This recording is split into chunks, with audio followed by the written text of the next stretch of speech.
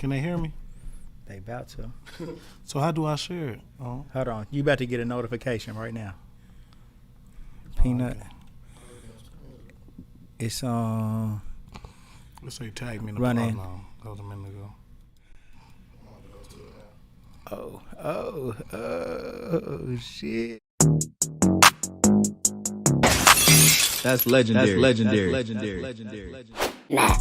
And, Y'all actually won an award, the Boss Mag 2009 Ohio Hip Hop Award. Y'all won for that media outlet thing. man, I don't even know. Yeah. Like y'all won. He didn't even know he won. What'd you say? Who was it? You won the Boss Magazine 2009 Ohio Hip Hop Award. Congratulations. That's legendary. You lie. Yo, what's good, y'all? It's your boy, Darius, aka Peanut Mirror, my man, Stack Smith. Smedro Commando in the building, bro. What's going on? You guys, man, like and subscribe to our YouTube channel, bro. Whether you watching us on Facebook or on YouTube, bro, please go to our YouTube page and like and subscribe to our channel. We at 925 subscribers. Once we get to 1,000 subscribers, we can start getting a little bit of money, you feel me, to keep our channel going, keep shit up. You know what I'm saying? We might even start paying a couple of guests, man. You never know, you feel me? But like and subscribe, ring the bell notification so you can get notified every time we drop some of this flaming content, bro. And we want to give a shout out to our sponsors. And you know how we do it. Every week. Sheiks for breakfast. Yay. Sheiks for breakfast. We got Sheiks in the building. Don't leave that out, bro.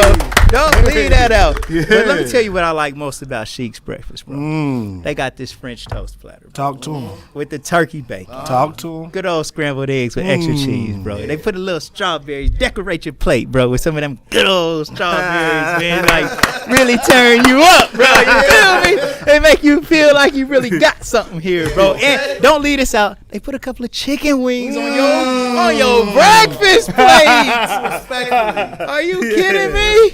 Yeah, talk your shit, I'm man, being bro. real with you right now, bro. And then after you go to Sheiks for breakfast, bro, we want you to go to Agnes All Natural Grill.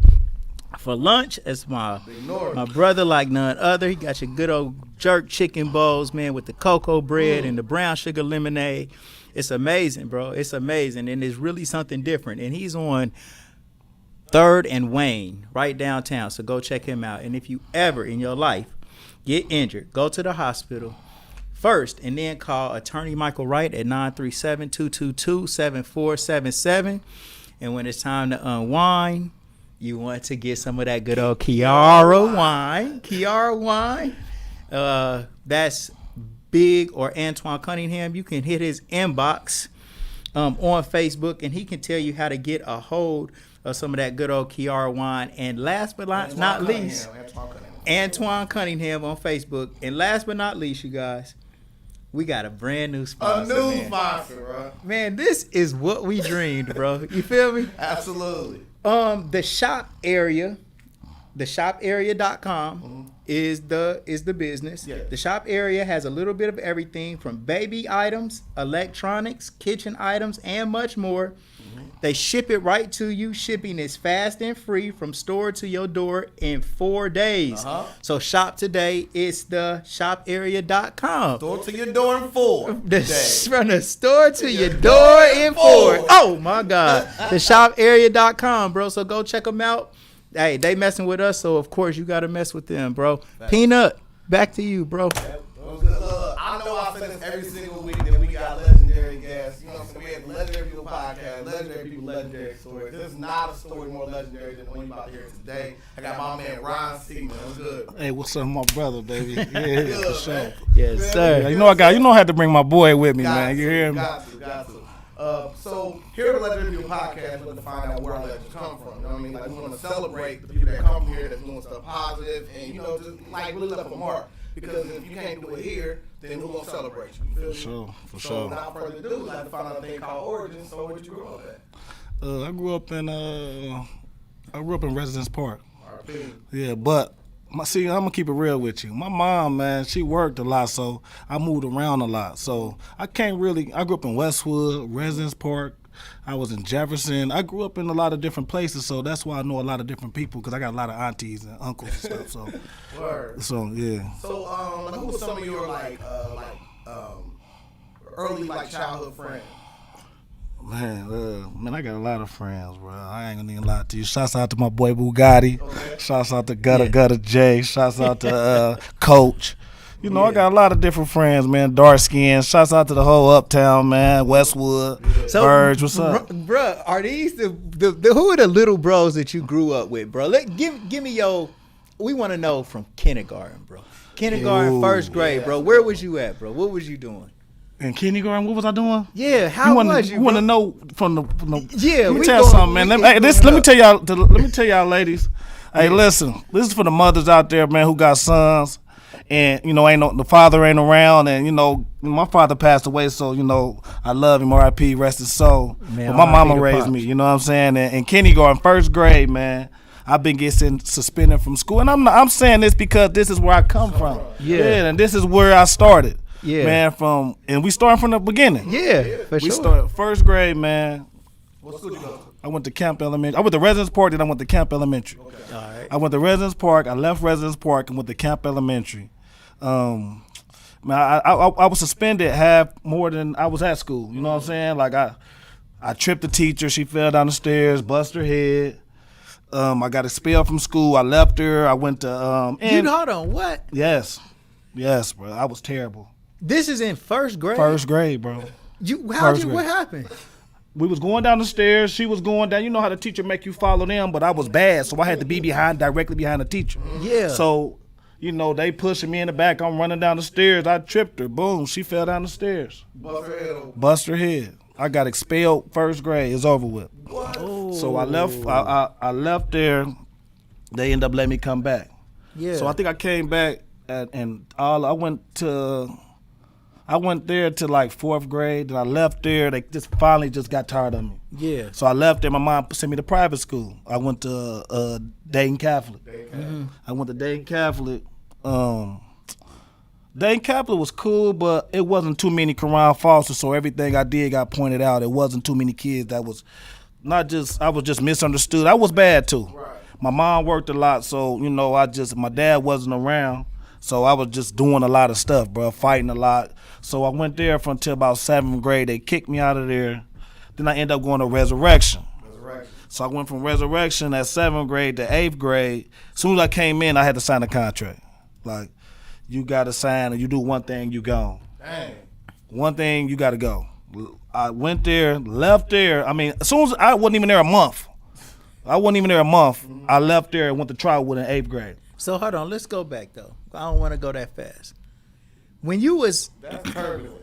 yeah, well when you was in elementary, okay, so school might have been something where you just was getting in trouble at. But what about outside of school though? Like what type of stuff was you doing outside of there?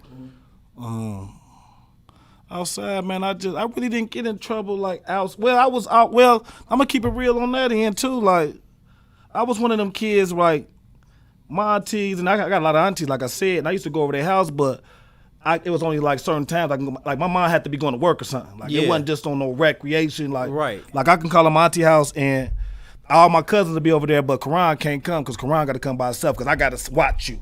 Right. Yeah. I was one of them kids you got to watch. Yeah. You feel me? So it ain't about to be the cool by y'all. But my mom was the mom that everybody can come over. Like my mom was just like that. Like Yeah. if she didn't have to work or whatever, anybody can come over. You know what I'm saying? But unfortunately, I wasn't one. I was a kid that needed one-on-one.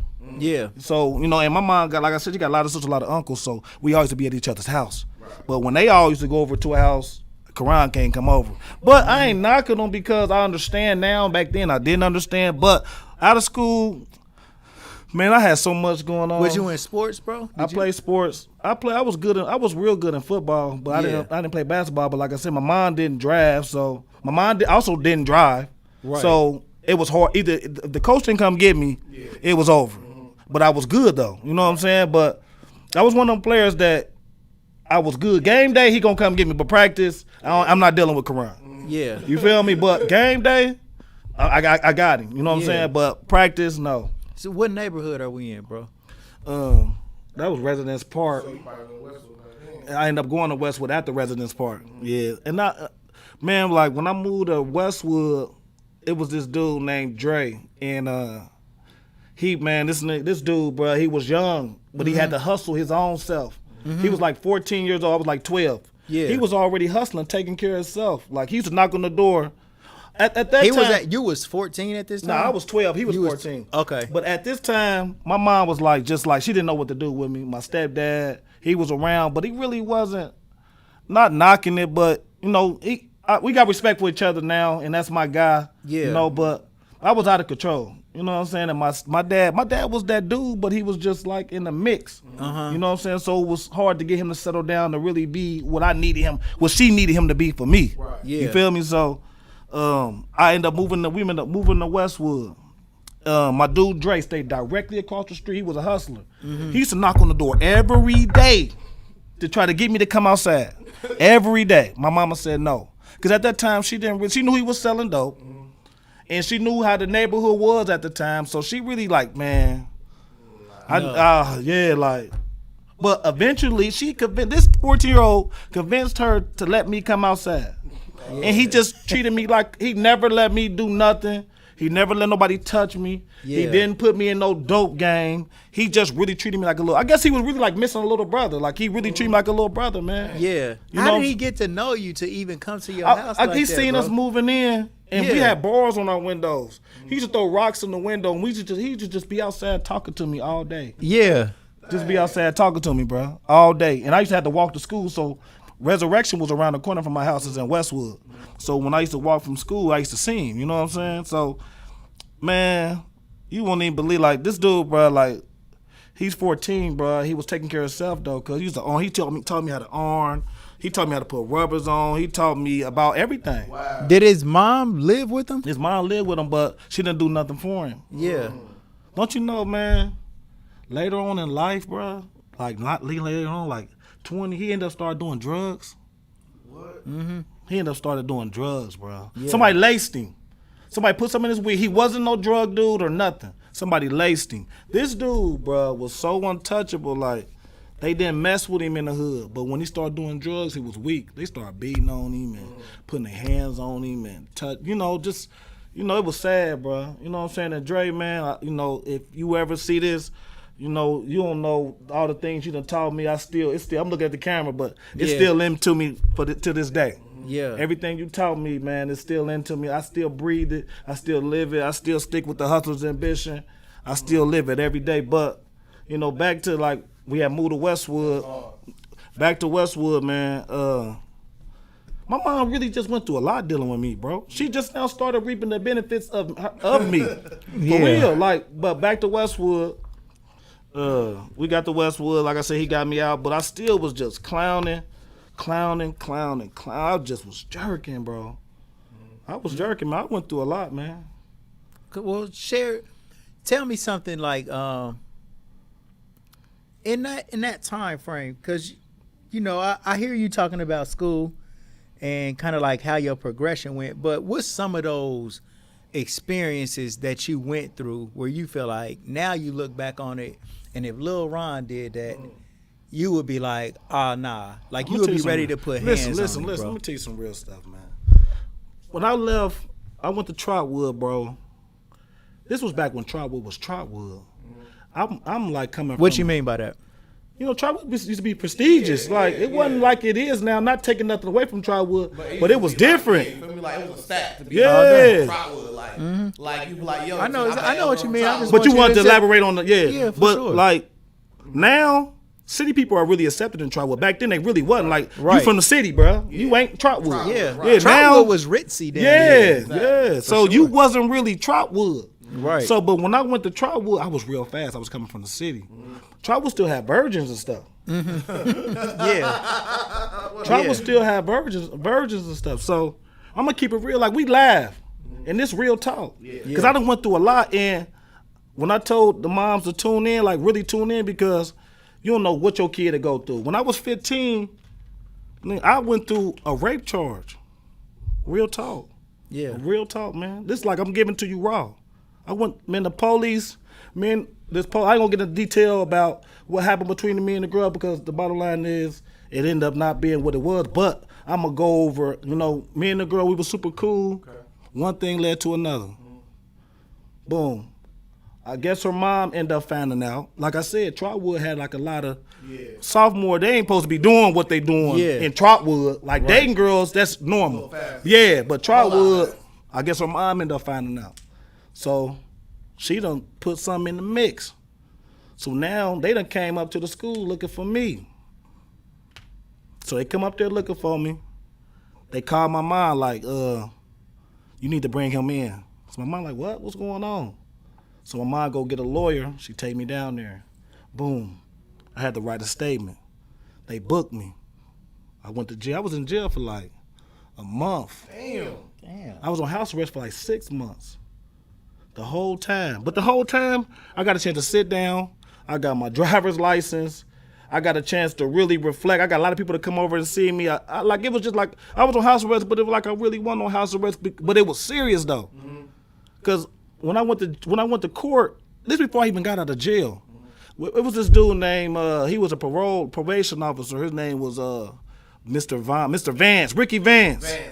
Ricky Vance, don't you know, bro, before I even got out of jail, and I'm glad my son here because I don't play about it. You know what I'm saying? And I let him know everything. And he got to know how tricky these girls is and how one situation can change your whole life. Man. You feel me? Yeah, it's important. That's why I got you here, for sure. But, so I ended up going to jail, and before I got out, they tried to recommend me to put me on probation while I go through the courts, right? Mm-hmm. So he don't even know me. Right. The first thing he say is, when we go to court, he like, I recommend Mr. Foster stay in jail and if possible do juvenile life. I'm like 15 at the time. Oh my God. I ain't even guilty or nothing. Is this That's the what prosecuting he say. attorney? Man, this is a probation officer, bro. Because what happened is, like they send you through this thing where like you go to pretrial sentencing where you got to go meet with a probation officer. Then like they ask you particulars of the case, you make another statement with them, and then they take that to either recommend probation for you or recommend a sentence. Mm-hmm. Don't you know, bro? Till this day, I seen him. He a referee. I put him to the side, bro. I ain't gonna even lie to you. Yeah. I said, man, that shit you on was foul, dog. He like, man, that's old. I ain't on that. I said, but I'm still on that. Mm-hmm. Right. Cause you tried to take my life away. Yeah. Yeah. You tried to take my life away, bro. Yeah, and you don't even know. You didn't even know on. me. You just knew of me. Yeah, I was bad, but you didn't know me, bro. Right. Crazy. And that's the first thing you say in front of the judge. So the judge made his decision. He couldn't do that at the time because I wasn't guilty or not. Mm-hmm. But he did put me on house arrest. So I was on house arrest till, he put me on house arrest. I had to do school. At that time they had kicked me out of school because, let me tell you something.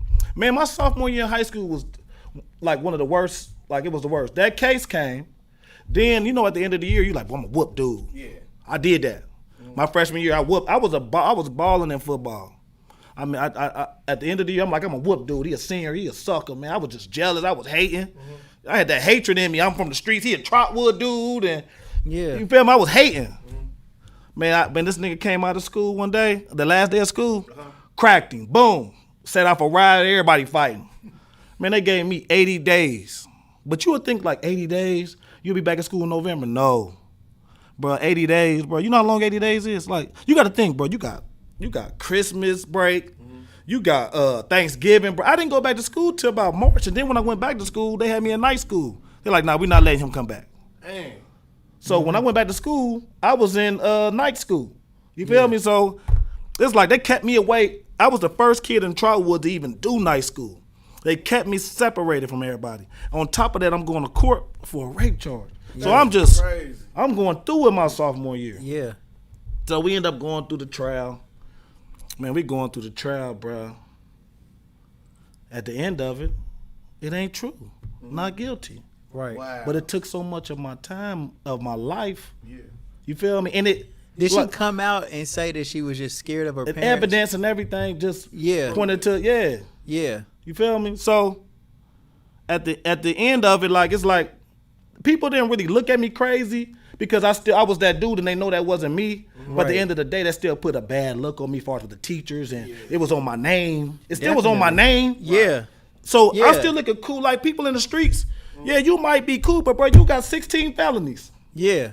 Jeez. You feel me? So now we got a 16-year-old with a accused rapist being suspended for expulsion. Like, boy, you terrible. My record looks terrible. Right. So I end up leaving there, doing night school. I ended up doing night school at Trotwood. Trotwood just wasn't working out. It was over. Plus that case happened. So it's like my mind like, shit, fuck it, Karan. You gonna go to Dunbar. That probably was the best decision she could have ever made. Wow. So like you would think, you know, like going to Trotwood where they have, you know what I'm saying, like a better curriculum would suit you better, but actually going to a city school kind of fits your temperament. Yes, for sure. It did. Right. They embraced me like it was just like, it just embraced the love there was different, the culture was different. I ain't gonna lie, the culture was way different. The girls was fast, it was real fast. I ain't gonna lie to you, it was real fast, but it was more my speed. It wasn't just one Karan Foster, it was 60 of them, and that was worse than me. So I was nothing but a peanut, you know what I'm saying? And, No pun intended to that. yeah, I was not like that. Yeah, I was just like a clown for real. Like, Yeah. but Dunbar taught me life though. Yeah. When I went to Dunbar, bro, it changed me. It changed me, bro. What was one of the first things that like you noticed that like you had changed? Bro, Based listen. off of Dunbar? When I went to Dunbar, cuz my first day, girls was they was bringing babies to school. Yeah, we had a daycare in our school. Dunbar had a daycare, bro. These girls was pregnant and freshmen. They was bringing the babies to school. What? That changed my whole perspective on things. They outside smoking. It's grown. This grown. I'm gonna keep it real. This on the record. It's old now, so it don't even matter. Yeah. But it was grown. Actual and factual. Pay phones. People outside, they fight. It's like lean on me. Right. I ain't lying to you. Anybody that know what the Dunbar, they know, bro. It was like lean on me, bro. Right. But I adjusted to it because that's where I come from. Right. So my mom tried to change and she did the right thing, and that's really what I'm doing with him. Like, son, listen, I'm trying to put you in the best predicament that I can, you know, and that's what she was trying to do. Right. It was me that was being resistant to the position she was trying to put me in at the time, and that's why I wouldn't have caught on so late if I would have stayed on the path that she was trying to put me on. That's why I love you to death, man. I hope you watching it. I told you to tune in, didn't I? Mama love. Yeah, Mama love, yeah. Mama I love. told you to tune in. Mama love where. So do you play sports? You go to Dunbar? Man, don't you know, bro? I played football my freshman year, and then played my senior year, and I Yeah. was a dog. Yeah. My freshman year, I played freshman JV and varsity, but my off the field antics just would not allow me to. You settle in. No, Yeah. because for real, bro, I had the potential to really go to the league, bro. Yeah. On some, not trying to put the 10 on it, but anybody that played with me, Right. anybody that played with me, no. I'm going full throttle. What position you play, bro? Linebacker and running back. And I was going to Linebacker. tear I was whatever. Yeah. He looked like he should be like Man, the I was NFL, on bro. that Like, type of time. I was on demon because I had a lot of anger in me, and I put it on the field. Right. I left it all on the field. You Yeah. didn't want to go heads up with me. You ain't want to go against me. You ain't want to do because I grew up fighting, bro. My freshman, listen, man, when I went to Trotwood, bro, man, I whooped the dude. Listen, man, my knuckle was in the middle. I was fighting so much. I just walk up to a nigga and just stealing. Whop. Yeah. Just on the strength. Yeah. Just stupid. When I could have put that energy into something else. Yeah, for sure. That's what I'm doing with him. Like that energy, that hustle. I'm putting every juice, everything in him, bro. I'm dumping it in him right now. He got to get it right now because I wasted a lot of time, Peanut. You hear me? I wasted a lot of time. I don't got no time to waste right now. That's why everything is on go with me. Like I went through a lot, bro. I done been through a lot. That's why I represent the people, man. Like that's why I always say the same thing. Like I done You been got through a brothers lot. and sisters, bro? Or, Yeah, I got brothers. So my dad had a lot of kids. My mom only got one, but my dad was a real life Rolling Stone. Like, you know, Yeah. they say my dad was a dog in football, man. I just wish our bond would have been way better. I wish he would have just, cause Well, he y'all ain't- look like yeah, I twins, know, bro. But he wasn't perfect though. yeah. And you know, he wasn't perfect, bro. Ain't nobody perfect. So he had his mistakes, bro. So I just now learned how to deal with that too. Like he wasn't perfect, bro. And I ain't Yeah. perfect. I'm making the same mistakes he made. Right. I ain't handling all my situations right. So but with your brothers and sisters that's with your pops, did y'all ever bond? Did y'all ever link up? Or Yeah, did we y'all know each bonding other? now. Man, you know what's crazy, dog? Like, I met all my sisters and brothers on some different shit. Yeah. Yeah, on some. I remember one time my sister came. I didn't even know this was my sister. Yeah. Cause all my sisters bad. All of them cold. Yeah. You hear me, bro? So, man, nigga, I'm at the Roller Dome. My sister, she come. Dome era. Yeah, she coming around the thing. She keep coming around, but she looking at me the whole time. So I'm looking like, is she looking? I'm young. She grown, bad. Yeah. You hear me, bro? How old are you, bro? How old are you? How old am I? Yeah. I'm 36. No. Wait a minute. Oh, yeah. Man, I was like, oh no, I probably was like 21, 22. Okay. Yeah, but she grown. Yeah. So she coming around, you know, she we eye contact, I'm all around the loop like this. Yeah. You hear me, bro? I'm watching her. You hear me? So she comes around like, man, is she coming at me? She coming to, I'm dusty too. Yeah. You know, this some 121, 22 where you just out here. Big t-shirt. You know, the big t-shirt time? We had the big white tee. For real. Dollar store, thick neck, gas station tee. So she coming around to holler at me. 2 of them on. Ooh. No beater. Yeah. Big 42 jeans. You hear me, bro? With a headband on. Listen, so she come around, she said my name. They had already heard about me because everywhere I go, people used to say, man, your daddy, who your daddy, your daddy. Everywhere I go, they say the same thing. Since I've been a kid, bro, Yeah. I could go anywhere in the room with anybody, and they be like, man, who your daddy, Ed Lee, what, your daddy. So she came like, your name Karan? I said, yeah. I said, who was you? So I'm your sister, Marlene. I said, damn. So we exchanged numbers. We've been clicked up ever since. My other sister, Brittany, my cousin Shane, bro. Listen, this is my cousin. This is my heartbeat. This is my dog. Yeah. I'm at Hoover skating ring. I used to walk to Hoover from my house. He bring my sister. He come to me like, what's your dad's name? I said, Ed Lee. So he bring my little sister, and I'm dusty, bro. I ain't gonna lie to you. I used to go out the house. My mind just boy, shut up. So when I leave out the house, I go down there. He bring her to me like, this your sister. She look at me like, that ain't my brother. I mean, you know how little girls can be mean. Yeah. She made the ugliest face too. Like, that ain't my brother. You know, stuff like that you remember. That's just, you remember all that type of stuff.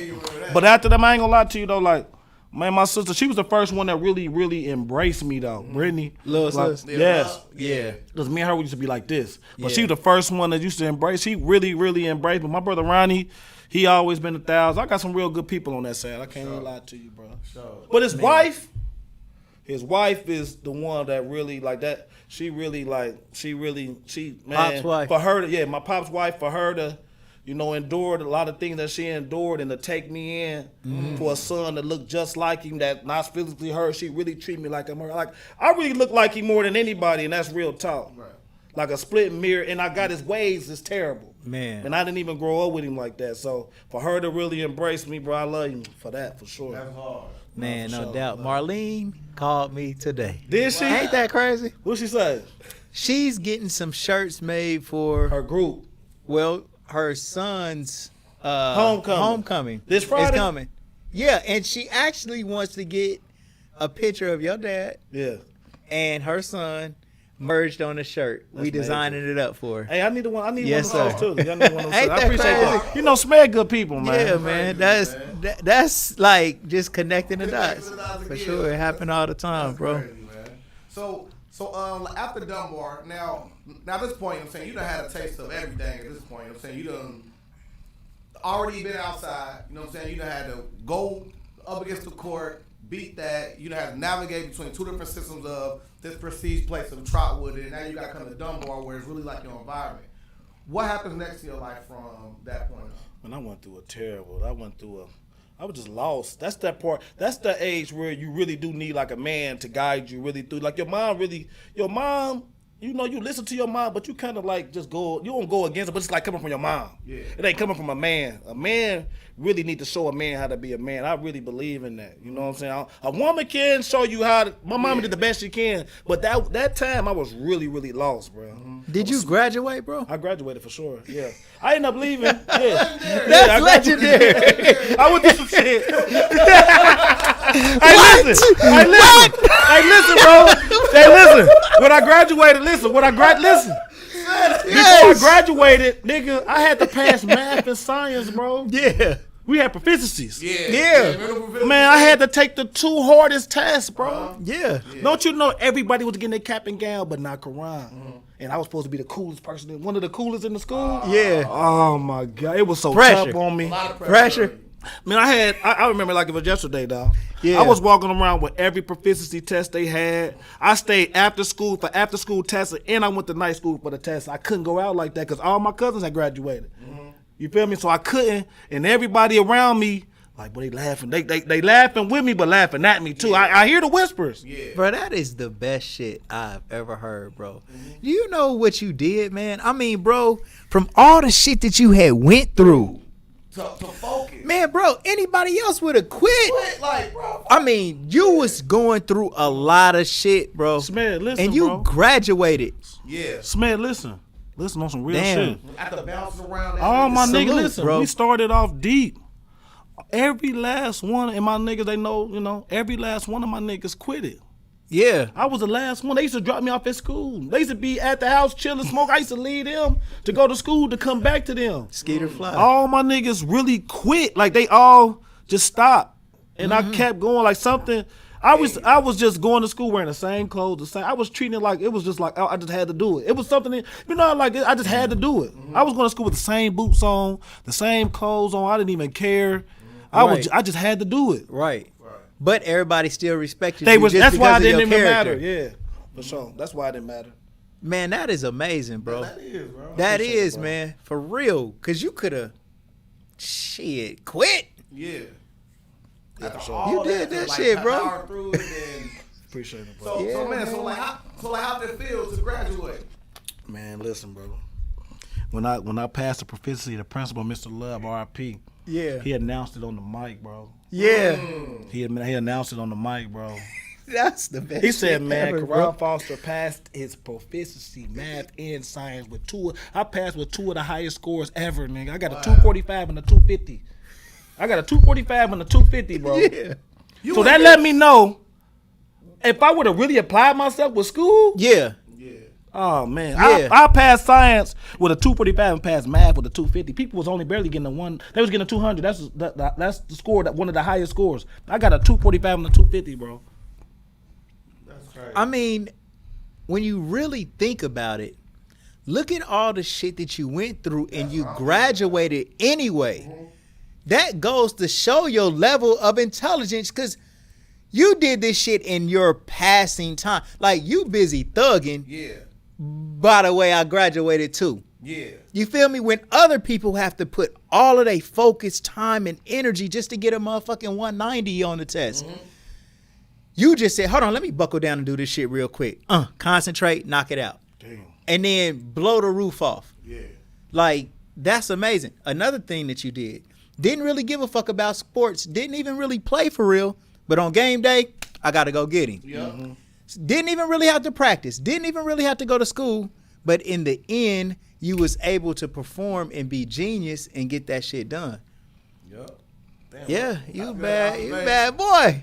That's an observation from me, bro. But Yes. then I left. When I graduated from high school, I went to Central. It was a dude, man. He came up there. College. Yes. That's what's up. Yeah. Bro, But every before- time I say legendary, it's like skip over. Like, yeah, then I met Barack Obama. And then after then, they'll say, well, shoot out. Like, wait, let's go back to the. So, like, what was it like to like transition from, you know, all that moving around the school to now you structured going to college now? That's when everything started to get to me too, though. Like I had a girl who had a baby, and I was trying to keep her, and she was real cute. All the dope boys wanted her, and it was only so much I'm hanging with my guys, smoking weed. I'm not really providing, and she needs somebody to help her with her son. Right. I'm just really just in the way, giving her a hard time, and just being a little boy. You ride around, nigga, she working. I'm dropping her off at work, got her car, and smoking her car. You know, just doing young Yeah. clown nigga shit. Yeah. She's So- got a baby, or She had y'all baby. got a She baby? had a baby. Okay. Yeah, Okay. she got Okay. he 20 now, Shamel. That's Okay. my boy. That's my son. I call him my son. Yeah. But she had a baby, and I had went to Central. In reality, I was still a kid though. I was supposed to, you know, not saying what I was supposed to do, but I had a lady who was transitioning to be a woman, and I wasn't ready to step up. So I ended up going to Central, and it was just my niggas was out here getting money, and everybody was in my era was just doing their thing, and that just was eating at me, and I just dropped out after my second year. Like I just felt like I wanted to do what they was doing, just being a follower, bro. I was being a follower, bro. I ended up dropping out. Let me pay a couple of these good old bills real quick, man. Y'all, hey, just checking in, man. Remember to, man, go ahead and smash that like button if you watching on YouTube. Ring the bell notification, man, and we was going make sure crazy. that you subscribe, man. You guys, shout out to our sponsors, Sheiks, man. Sheiks for breakfast. They got the best breakfast in the city. My man, Show Dog. Man, and after you go to Sheiks for breakfast, you want to make sure that you go to Agnes All Natural Grill for lunch. If you ever get injured, call attorney Michael Wright at 937-222-7477. If you ready to get drunk, get you some Kiara wine. It's a good, sweet wine, and your woman will definitely good. drink it. For sure. And if you're a woman, man, get your man to drink with you. And we want you guys to go to theshoparea.com. The shop area has a little bit of everything from baby items to electronics, kitchen items, and much, much more. Shipping is fast and free from the store to your door in 4 business days. So that's theshoparea.com. Make sure you check out theshoparea.com. And last but not least, T-Shirt Kings, the #1 goddamn T-shirt store in the world. Custom. Sorry for saying goddamn, but it's true. On the We guy lit. On the Godcast, the podcast, you guys. Nah, hey man, it's we just, we got a new commercial dropping on Time Warner Cable. It's Spectrum now, y'all. We on ESPN, damn it, Disney Channel, TNT, Oprah. We spending a little bit of that check with Oprah and much, much more. MTV, VH1, and all type of stuff. BET. So y'all make sure y'all tune in and tap in with everything we doing. Today we got my bro Ron C. Foster on here, bro, and we gonna get to his interview right now, man. All right, Legendary People Podcast. Peanut, back to you, King. So yeah, so like we just left off on you dropping out of college. So like, where you go next, girl? Man, I wasn't really good at hustling like that. Like I mean, selling dope. I was good at hustling. I wasn't good at trapping. Let's say that. Yeah, I wasn't good at trapping. You know what I'm saying? I was good at hustle. I could hustle. you was around that type of environment, Yes, heavy. All my people did it. Like, Yeah. all my brother did it, but God was really showing me like, bro, you supposed to be doing something else. Yeah. You know what I'm saying? But I was literally in the way, bro. All my dudes was they was, I can't say prospering, but they was doing them, and I Yeah. was just in the way, bro. I was in the way. Right. So I mean, like to me, I kind of see like it put a lot more pressure on you because you coming from high school where you was always the person talked about. You know what I'm saying? Like it really didn't matter what you had going on, but now you starting to notice your friends They moving doing forward. it, yeah. And you kind of still stuck in the wind there. So I mean, like, what's your next move after that? I was in the wind. Then, I ran into my dude. His name Nuts. They call him. His name Justin West, but we call him Nuts. He was running around with DBM, and I was hearing about him, but I wasn't hearing. I was hearing, when people be hating a lot. Yeah. So I was hearing how D-Boy, R.I.P. my brother, man, we're gonna get to him. But you know what's crazy? Naming this legendary that's deep. Cause I never thought about how deep this shit is. Like it's deep. Yeah. So when I got to school, I was lost. When I dropped out of school, cause she left me. Yeah. OG came and got her. It was over with for her. So now I'm just really just out here. I'm lost, smoking weed every day. Me and my mom falling out. I'm just I ain't talking about nothing. You know what I'm saying? So my dude Justin, me and him used to do business on the street, wide side. He don't hustle no more, so it don't even matter. But me and him was doing business, and he was going down to Atlanta messing with D-Boy. Okay. Yeah. So my brother, R.I.P. rest his soul. That's like the streets. You some people you keep naming R.I.P. rest his soul. Like, Yeah. that's terrible. Right. So my brother Jeezy, that's my little brother. He died. Great dude, Man, man. he my little brother. He got robbed by this dude. I'm not putting no names in it, but he got robbed by this dude, and dude took his chain. You feel me? Robbed my brother, took his chain. So I just so happened I used to be a live wire. So like I said, I used to fight a lot. So when I go in the club, they coming in the club. Just so happened they beefing with the same nigga that I'm not beefing with, because he don't know I'm at him, but he in the clique with the niggas that they beefing, Diamond Cut niggas. Yeah. You feel me? And I shout out to Diamond Cut. I got good people in Diamond Cut. I ain't gonna, they ain't that shit old. Yeah. But so I ended up seeing a nigga. Got on him. I took the chain first, snatched it off of him, whop, then I got on his ass. You hear me? So D-Boy, my dad raised D-Boy, so he already knew who I was, Yeah. but he ain't seen me. You feel me? And he didn't know how really wild I was. Right. So he sent the message through my nigga Justin. My nigga Justin called me next day like, D-Boy wants you with us, bro. He wants you to go to the A with us. But I already heard that he was taking care of niggas.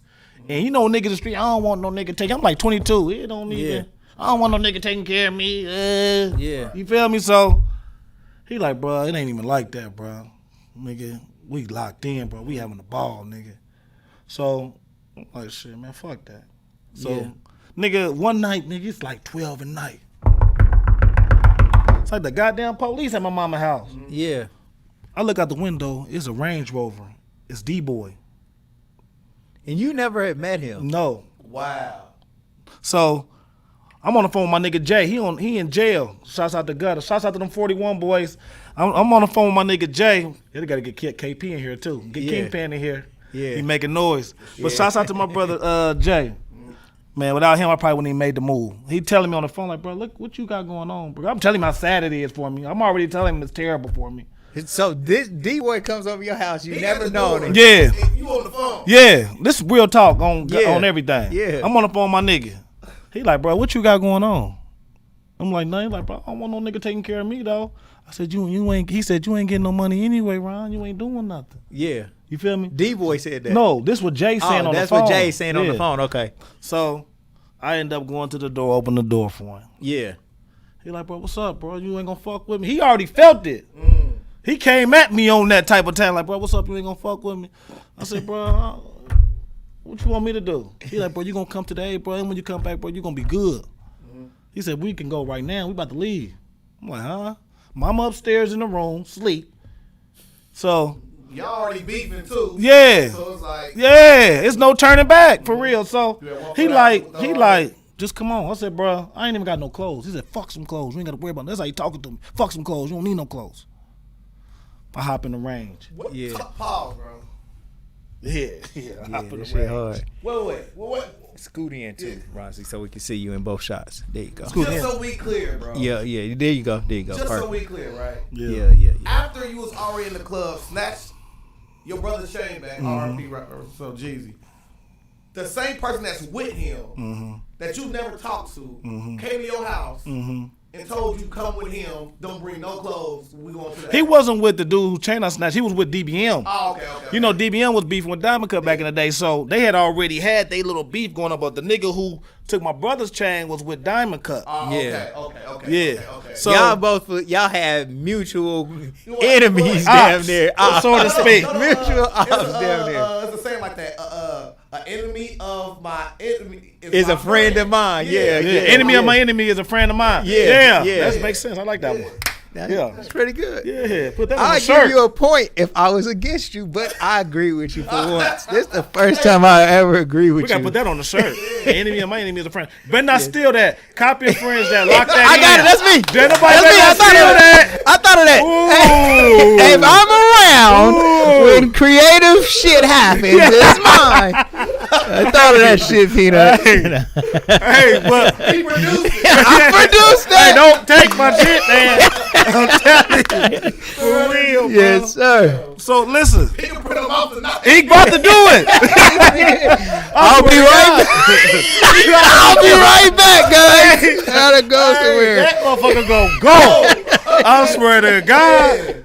All three of us, we all went in on Let's put the this. contract together. Yeah. We can talk about it after the set. Yes, sir. Okay. That's hard. And Okay. three of us in the same story too. So the nigga, that's what the nigga. When I get in the car with the nigga, Yeah.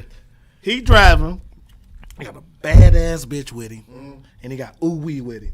Y'all don't know if y'all know Ooh Wee, but Ooh Wee was a BMF member. Yeah. Young wild nigga. Yeah. Man, we get in the car. He do this. He looking around. He looking. This no lie. This nigga hands me 5 bands. At the time, I didn't count it. It was just a stupid, dumbass knot. I stuffed that bitch in my pocket so fat, put my seatbelt on, and we rolled straight to the A.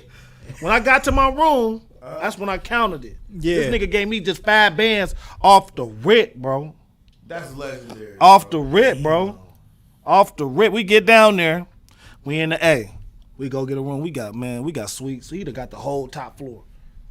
I get there. It's Range Rover, Lexus trucks, Ferraris, new trucks, Magnums, and Chargers. All lined up. Fleets. Wow. I get down there, bro. The whole BMF behind him. Real talk, I ain't even put no kid on it. The whole BMF behind him, bro. He gave me that money and still didn't make me spend $1 down there, bro. You know when the only time I spent that money, like I had got down there, I met a girl down there, man. This bitch, bro. We always do. Yeah, I always get you. We always But the thing about it was I was doing it on my own leisure because them down south women, they like to take care of their men. Yeah. So, but I'm from up north where we take care of our women. Yeah. You feel me? So that's why I was spending my money. Right. You feel me? So when I was down there spending my money, the girl, bro, she just when we went to the club, bro. I remember one time we went to the club, it was Nelly and Diddy on the stage, nigga. He passed us all out. When we used to go to strip club, he was passing us all out money. So that's where they get that he used to take care of us from. But it was just a movie. That's what he was an OG. Depot was an OG. Yeah. So he made sure he took care of that's what they did. Like even Big Meech passed out money to his niggas. This is what I get. This is the squad. So when we went to the club, I remember one time, nigga, we walking, we about to leave, bro. This nigga takes about 5, 6. He took some shit and threw it at Puff Daddy. Puff Daddy ducked like he threw it at him.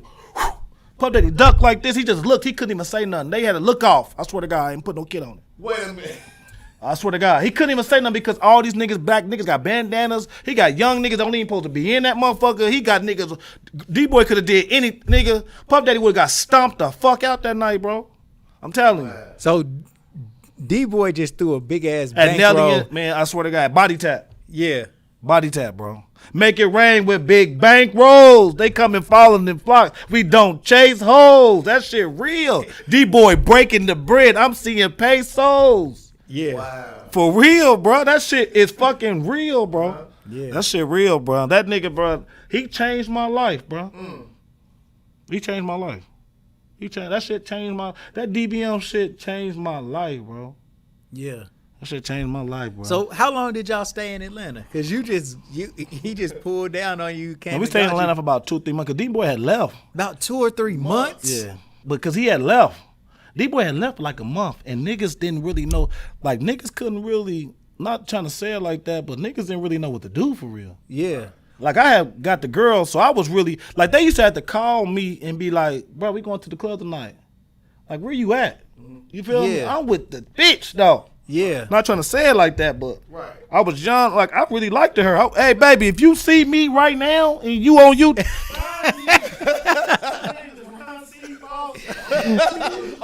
yeah, on Snap, it's Team Ron C. Instagram is find me, baby. I still love you. Hashtag Team Ron C, you gonna find me. Yeah, man. Look for me.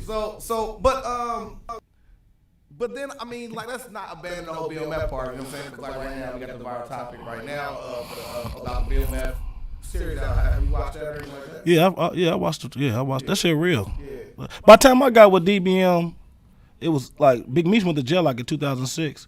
So I got with BMF, D-Boy was gone. So it was like only like Uncle Ill and J-Boy and them around, but J-Boy went to jail, so Uncle Ill was the next up.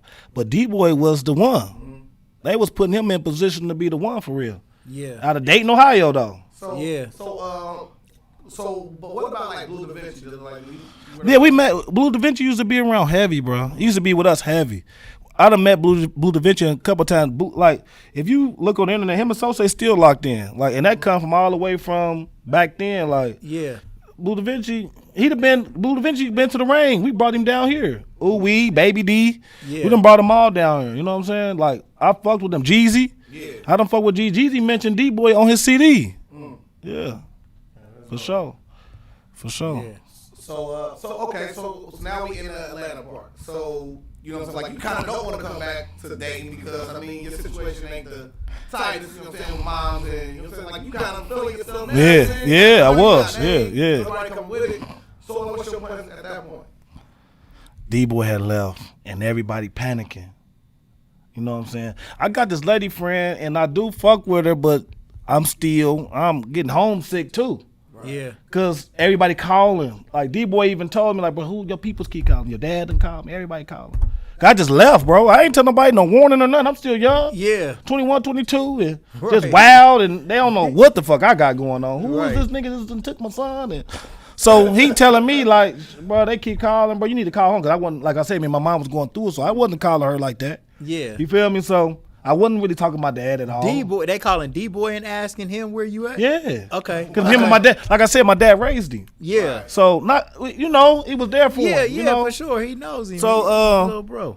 Yeah, for sure. So D-Boy had left. So niggas got the panicking.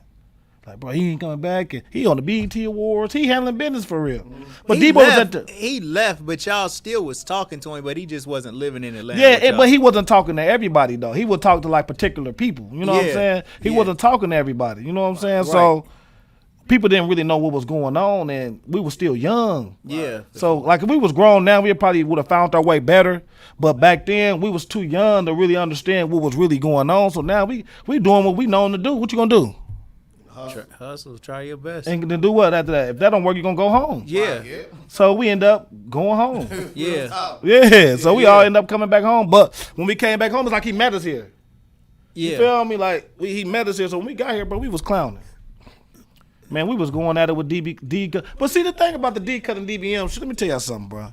Them niggas was already cool. They just fell out. Like DBM and Diamond Cut, all them niggas was really cool. Yeah. Ravenwood niggas they and was all in that. a group, but yeah. it was in Diamond Cut So, at first, but wasn't it? yeah, they was Reddy was with Diamond Cut first. Yeah. But they all was really cool. Yeah. Like if Chaos and Reddy would have had a more understanding, it wouldn't even been nowhere near where it was at. Right. If they would have just had an understanding between each other, but when we came back, it was like, nigga, we got the money, they getting money, nigga. It was like in the club, they throwing money, we throwing money, they popping ball, we popping ball. It was like a battle. Yeah. It was a battle until it started getting on that one end. I ain't gonna lie, it started getting to that one end.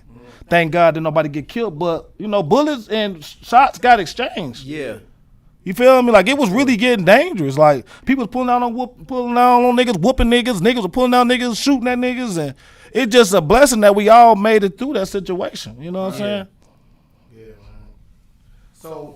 So eventually, you know what I'm saying? I mean, because like during this time, it's like Club Was jumping. Cream is like the place. Oh my, nah, hold on. It ain't Cream yet. It was up there on Needmore. What the hell is that? MJ's. MJ's. MJ was going nuts at the time. Yeah. Yeah. So for the people who aren't abreast of that, what was them nights like? What? It was lit. Like I said, bro. Y'all want to talk about bottle wars? Bottles on the way. I'm talking about money flying, bottle. It was so flourishing. Money was flourishing. Like, it was ridiculous. It was crazy, bro. It was like, it was fun times, but it was crazy too at the same time. I guess when there's a lot going on, when you younger, that make it fun, but it really was a mess for real when I think about it. Yeah. But you feel me? Yeah. I was like, wait a minute. Like now, these young cats probably think this is fun, but it's really a crazy mess. Right. Because back at like an OG probably would come in there and be like, "Boy, y'all clowning. Like Yeah. y'all wasting y'all money, y'all jerking, y'all battling with each other when y'all really niggas." Because that's really what we was doing. Like we was going to the club putting money together to battle niggas. Like, boy, nigga, I'm gonna buy 2 bottles, you buy 2, he gonna buy this, that. We gonna take this and throw this at them, and they gonna throw this, we gonna fight. And They was just retarded.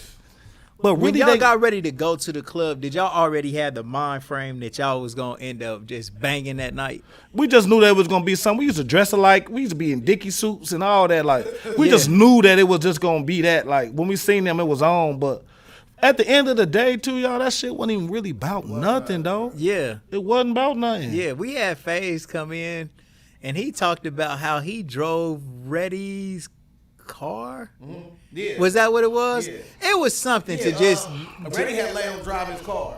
Yeah, like it was. flag. They went somewhere, and basically, FaZe had drove Reddy's car, and they were just talking about how cool they was before. They was. That's why I said, like, that was. And to know, man, and then to know Reddy, both of them are some cool. To me, maybe it's just when they're around me. You know, they got Everybody got their their own, personality. yeah. But man, they some cool, really cool. They people are, to man. be Reddy, around, man. bro. Reddy got a personality.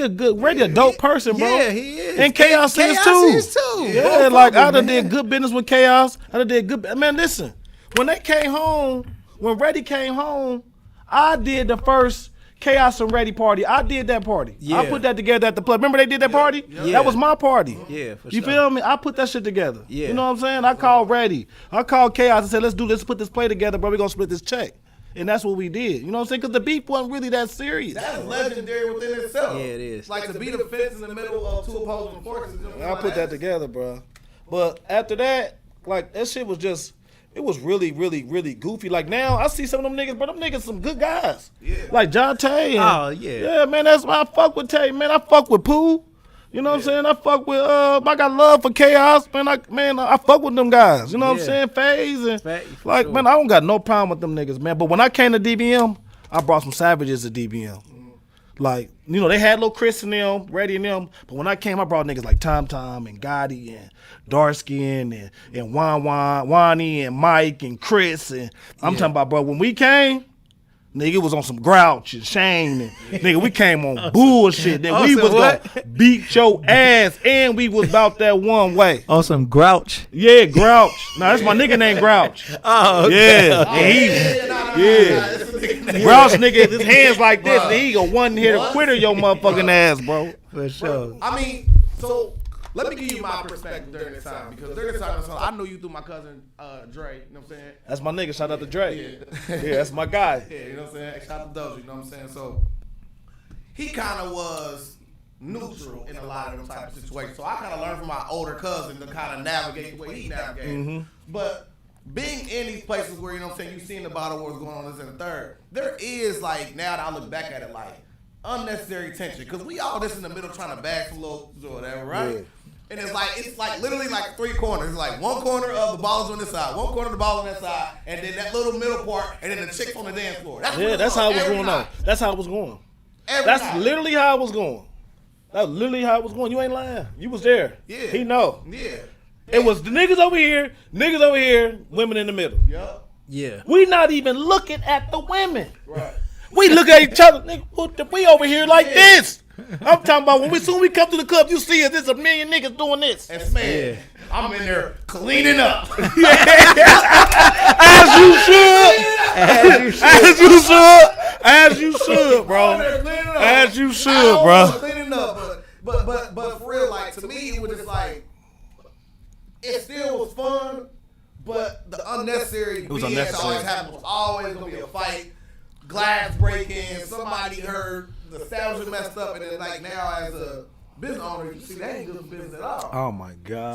So now it's like you get to see the other side. Oh my God. That's nuts. You I mean, think I about. I think can't that- butterfly face yet, but. Oh my God! I can tell you something, man. Like I done had so much stuff happen at my. wait, This is like the wait, beginning. wait. This is the beginning. We get to your- Yeah, this shit get- get That's to- the we get to- beginning. we get to- God damn. So Man, to everybody watching on YouTube, smash that like button. We got a couple of YouTube viewers. over Yeah, here. man. Load us up, man. Load us up. Dude.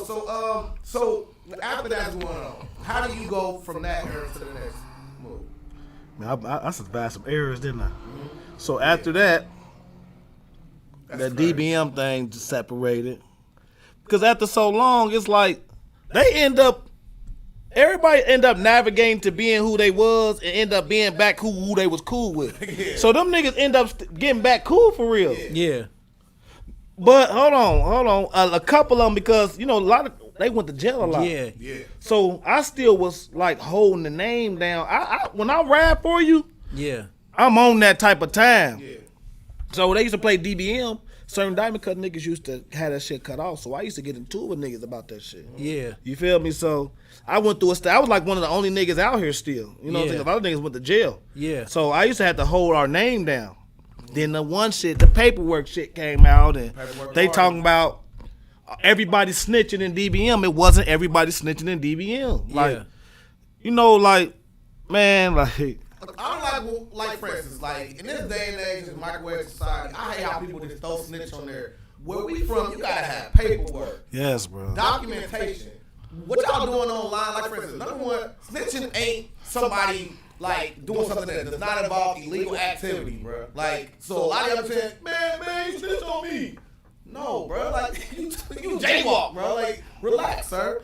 But it was this though. This what it was though. We was them dudes. So any chance they got a chance to put something on that name, they did it. They took it and they ran with it.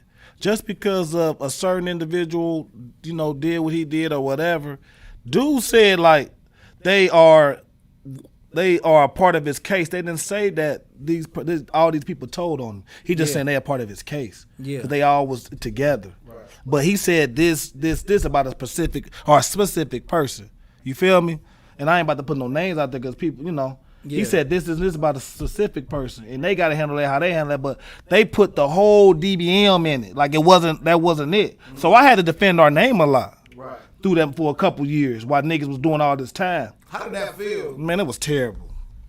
That was terrible. It was so terrible. That was some of the terriblest shit ever because. How old are you about this time, bro? I'm probably You still like 23, yeah, 24? Yeah. D-Boy, he's still alive at this time. But he was gone though. D-Boy wasn't around like that. Right. He really wasn't around that much during No. the DBM and Diamond Cut beef. No. Not at all. He was on business. Yeah, he sure. wasn't around. It was like some street bullshit that we had going on. You know what I'm saying? How Like, did he feel about that though? Did he? D-Boy was really with the shits though. So if y'all want to do what y'all want to do, y'all gonna keep doing all this fuck shit or what y'all gonna do? Right. And that's when they start turning over to this. That's when we started turning it over to that. And that's what type of time he was on. Oh, okay. You know what I'm saying? God rest his soul. You know? Yeah. If that's what it needed to be done though. Right. So, you know, at that time it was just like some bullshit going on.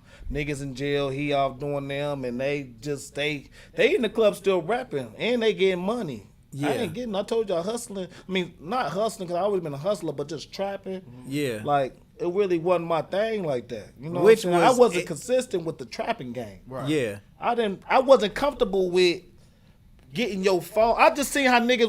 God always kept me with common sense though. Yeah. So I could do it just enough to get this and just. I wasn't really Yeah. adamant on Right. just selling dope. Right. You feel me? Like I wasn't taking your phone and hustling your phone, knowing that you just got. You can't pass me your phone. Yeah. I don't give a fuck how broke I am. You can't Right. pass me. I'm just not that dude. Yeah. I'm not gonna sit in your spot and do none of that. Like I might. You got this. I middleman some shit. Get my tools and fuse, and I'm done with it. Yeah. You know I can talk about it now because this is my past. Yeah. When I was young. I'm 36. This is my past. Everybody got a past. Absolutely. So I just wasn't really adamant on just hustling for no nigga. You know what I'm saying? So Which is actually like, it just seemed like you got foresight to know that really wasn't your route, man. You know what I'm saying? But you were good at other things. Yeah.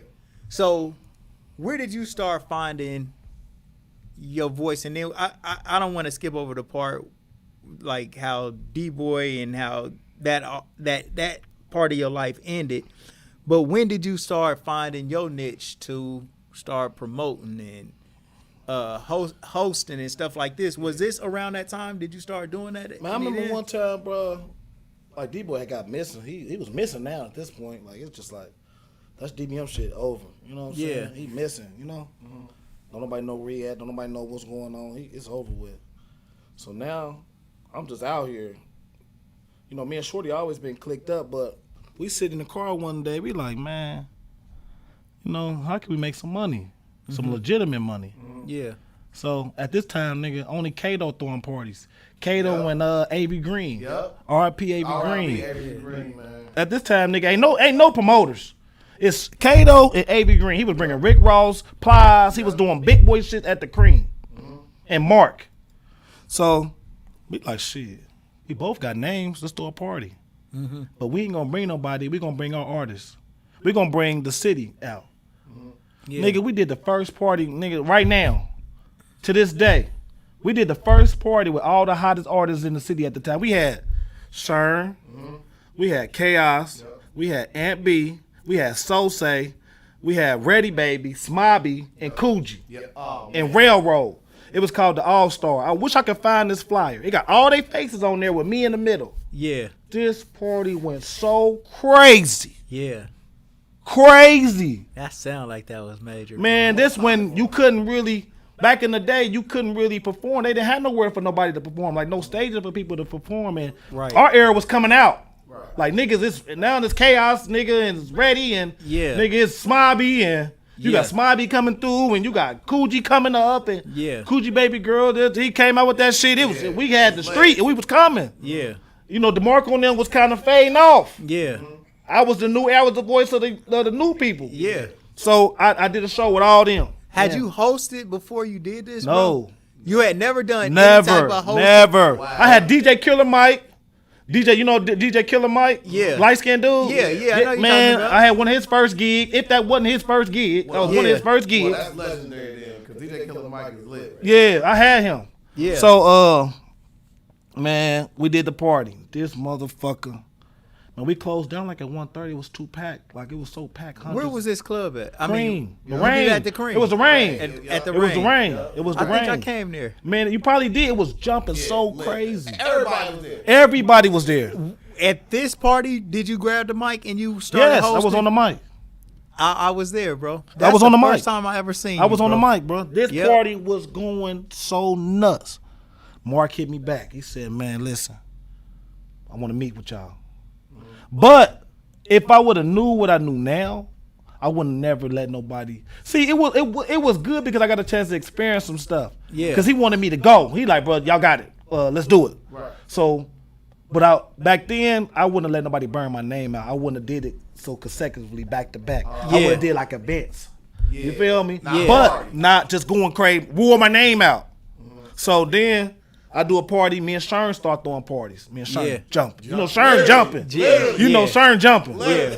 I got Shern in the midst of his smoke. He was hot. So when you threw that party, out of all the artists that was on there, who was the hottest at that time? I think Sosay was one of the hottest at that time. Shern was jumping. All of them was hot at the time, but Smobby was coming up. Coogee was hot with the younger BBM because DBM had just faded out. BBM had came. Yeah. So Coogee, everybody was smoking right at that Railroad. time. Railroad was they was smoking at the time. All of them was They was smoking. Yeah. Everybody was lit. They was Man, smoking. that always been hot. Man, they was smoking at the Yeah, time. for sure. I paid Chaos that day. He was the only one to ask for some money. Yeah. Every time I did business with Chaos, I paid him though. But it's business. Yeah. Yeah, shout out to Chaos. Shout out to Chaos. 'Cause I did Earner. pay him. The earner. For sure. Jay-Z in the city with Yeah, Diddy in the city. but talk your shit. Talk your shit. So Yes, we sir. did that party. So then he ended up asking me to do another party. So I got with Shern. Me and Shorty got with. Shout out to Shorty, man. Well, none of this be possible without Shorty. Man. That's my right hand dog, bro. That Shout out nigga to the Shorty, humblest. bro. Man, Shorty, please, bro. Let me put the camera on me real quick. Yeah, bro, Shorty, please. man, come on the show, bro. For real, bro. We got a lot of flowers to You give know you, that nigga bro. like Real Slim, shit. bro. He don't really. Yeah, he don't, but still though, for Bro, just one time for the one time, cause you major, bro, and I'ma this tell ain't you really why, even bro. about him. It's about his people to see what he done later on. I'm going to tell you why he going to come on the show, bro. Yeah, Okay, when I was a freshman at Meadowdale, I played for the basketball team. He was my upperclassman, veteran leader that showed me everything, bro. what? I swear to God, bro, I would love to give you your flowers, bro. Like, he was like my big brother in high school, 'cause my big brother didn't go to high school. Yeah, He was like my big brother in high school, man. So, shut down. Please come Prince on in, Boss, bro. man. Come on in, show. Yes, So he sir. gonna come. For sure. So you throw your very first show is lit for you. You know what I'm saying? Now jump. Shows anything like that. And let me tell you something, cuz. I don't mean to cut you off. Yeah. But this was before internet, nigga. This is flyers. 5,000 flyers, posters, hit the ground running around, see. Who's This is- making them flyers for you? What? Hoodro, nigga. Quit fucking Legendary playing, handshake. nigga. You know Hoodro was making them bitches, man. Yes, sir. Yeah, I'm but gonna let people podcast bingo. Put the bingo tip on. I just threw that softball, man, so we can hey, mention how my you know brother. that though? You know what's going on. Yes, sir. You know what's going on, man. Hoodro Hoodro, Commando, bro. Yes, sir. He's a part of everybody's story. Man. Yeah, but come on, let's go. Yeah. This is before the internet, and then what, bro? Man, just I had to really put flyers. I remember back in the day when me and Shorty first started this Metro. Yeah. Man, when we was putting flyers on cars and posters, they was laughing at us, bro. Yeah. They was they didn't understand it. Like, oh, y'all niggas corny, boy. I'm talking about niggas come out the club while they in the club kicking it. We outside with coats on and putting flyers on cars, bro. Yes. Before niggas was even, we was over their head. Yeah. Bro, nigga, they start catching on, though. You feel me? Later on. It was later, though. For sure. But we had to put there wasn't no sit around to do this all day. You had to really reach out. You had to have a name. Yep. Who is he that's throwing this party? You had to have a name back in them days. And it proved that you be in that area because you went to the extent of putting that on my windshield. But let me tell you what I did like about me I put on my windshield was on days It it rain. rained. Yeah, it's terrible. It's terrible. You right. I probably pissed you off a few times. I probably pissed y'all off a few times. Well, it get wet and sticks. It smears on your- stick, yeah, it's terrible. It's on your windshield. It's terrible. I passed out over 1 million flyers. Me too. You done Literally pissed off a myself. million people. Me too, bro. No way, man. Me too. I never had one. Me too. I never had one person call me upset. I never had nobody call me, but I know I done pissed some people I'm off. about to call right now. Because I done been pissed off. Nigga. I done been pissed off. Yeah. So, so anyway, so all right, so y'all hitting the streets with the flyers, boom. So now we're starting to migrate to the MySpace era. Are you starting to notice that things are changing when it comes digitally and how you doing business? That's when I did Sherm first party, and then I got with Flyboy. Flyboy, yep. Yeah, I went and got Flyboy.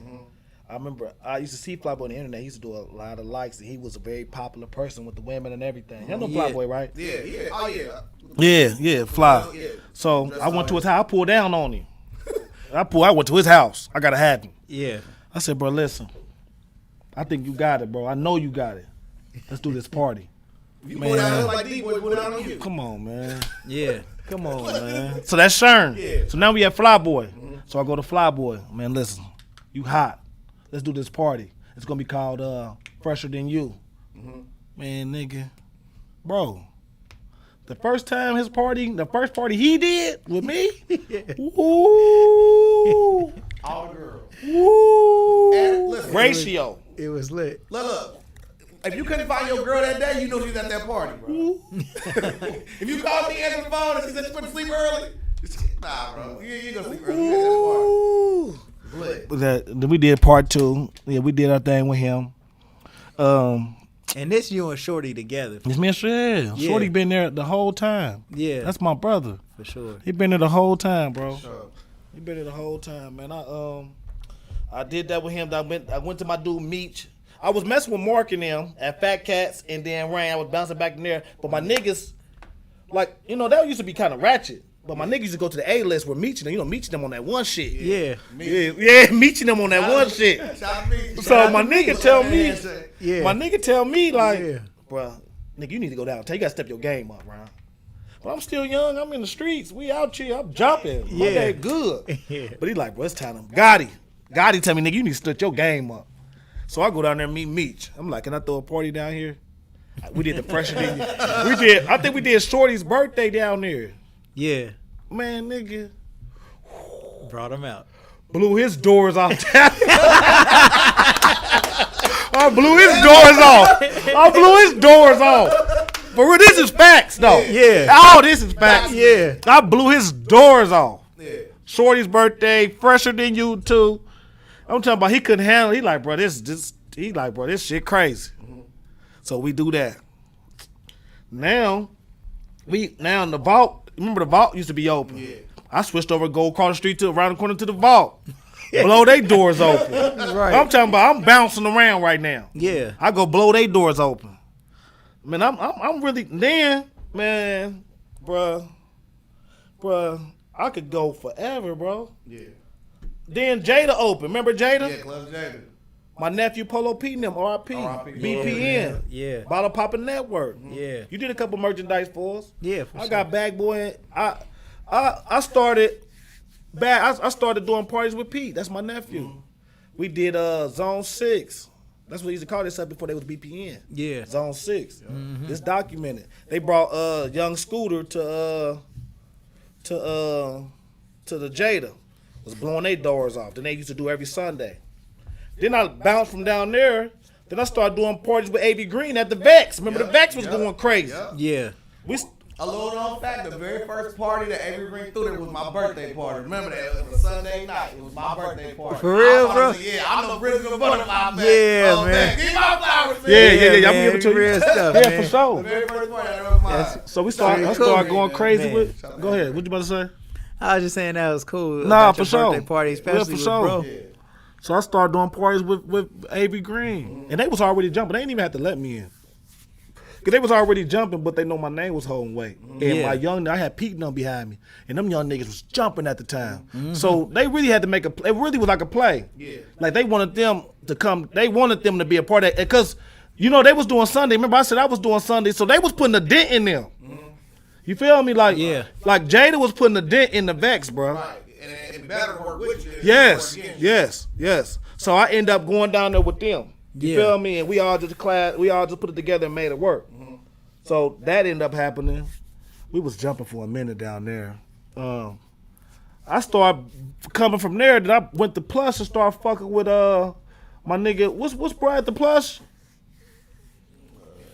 We brought Black Youngster and man, I did. Remember when Jeezy came? Remember You had Gutter Gutter. And, Gutter and Woo the Kid at the 801. And then after that you had Young Dro, Jeezy at the Jada. Yeah, 2 Chainz at the I remember a while when I was down on Maine, you had brought Boosie's bros down. Remember them? Boosie bros? went to jail. Yeah. I brought Boosie brother to the Plush. Yeah. Wait, Yep. it was some controversy with that because he got locked up or something like that. TQ and his brother, they say he was skimming some money or something. Yeah. His brother named TQ, but that was just like some bullshit for real. His brother really was looking out, and I was in jail at the time too. I had got pulled over or something, and Shorty had to hold it down that time. Yeah. That shit was major though. Who came on and told us that Boosie had a conversation with him and said, "You got a problem with my baby?" Remember he said that he was having baby mama problems at that day.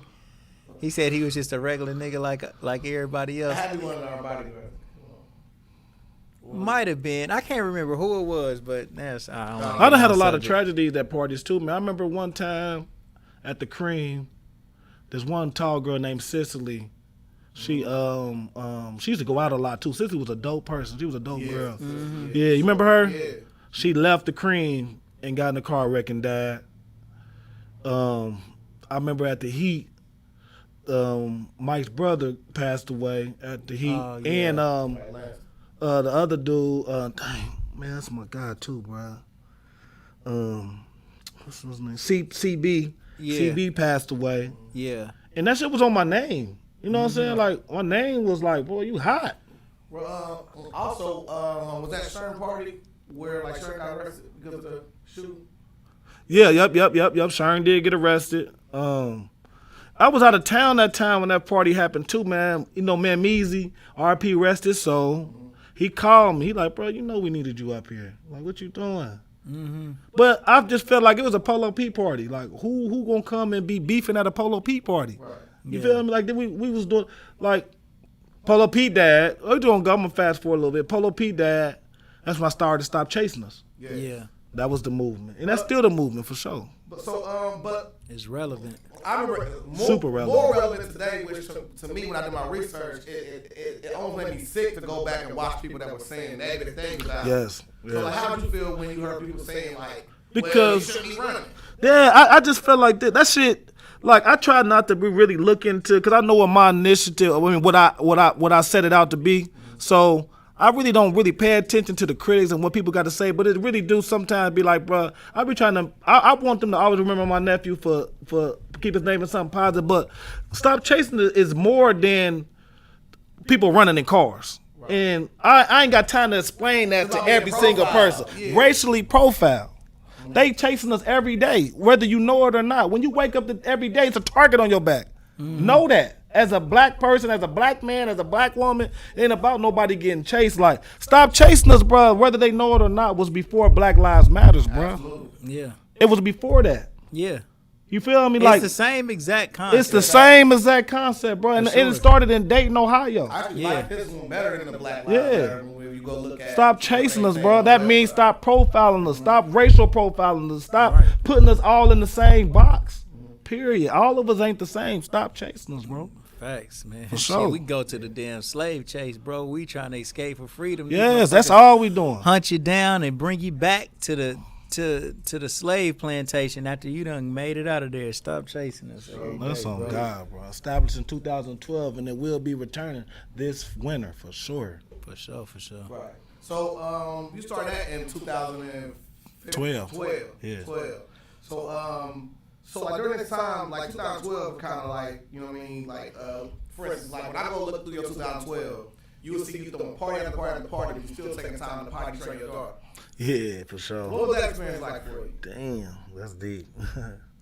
I was really going through it at the household because I used to spend a lot of time out in the streets, you know. But I always make sure I get that time with them. I got to, you know. This is, you know, no matter what I'm doing, I try to make sure I get that time with them because look, they next. Right. I gotta make sure they good. I want them to remember me. If something was to happen to me, bro, I want them to remember me and remember me for the times I was there for them, not for. My son don't even know everything. Like, you know, like I just said, I asked him, my son, do you know all this stuff? He like, man, you tell me some stuff, but they really don't really know who I am for real. Right. You know what I'm saying? So Right.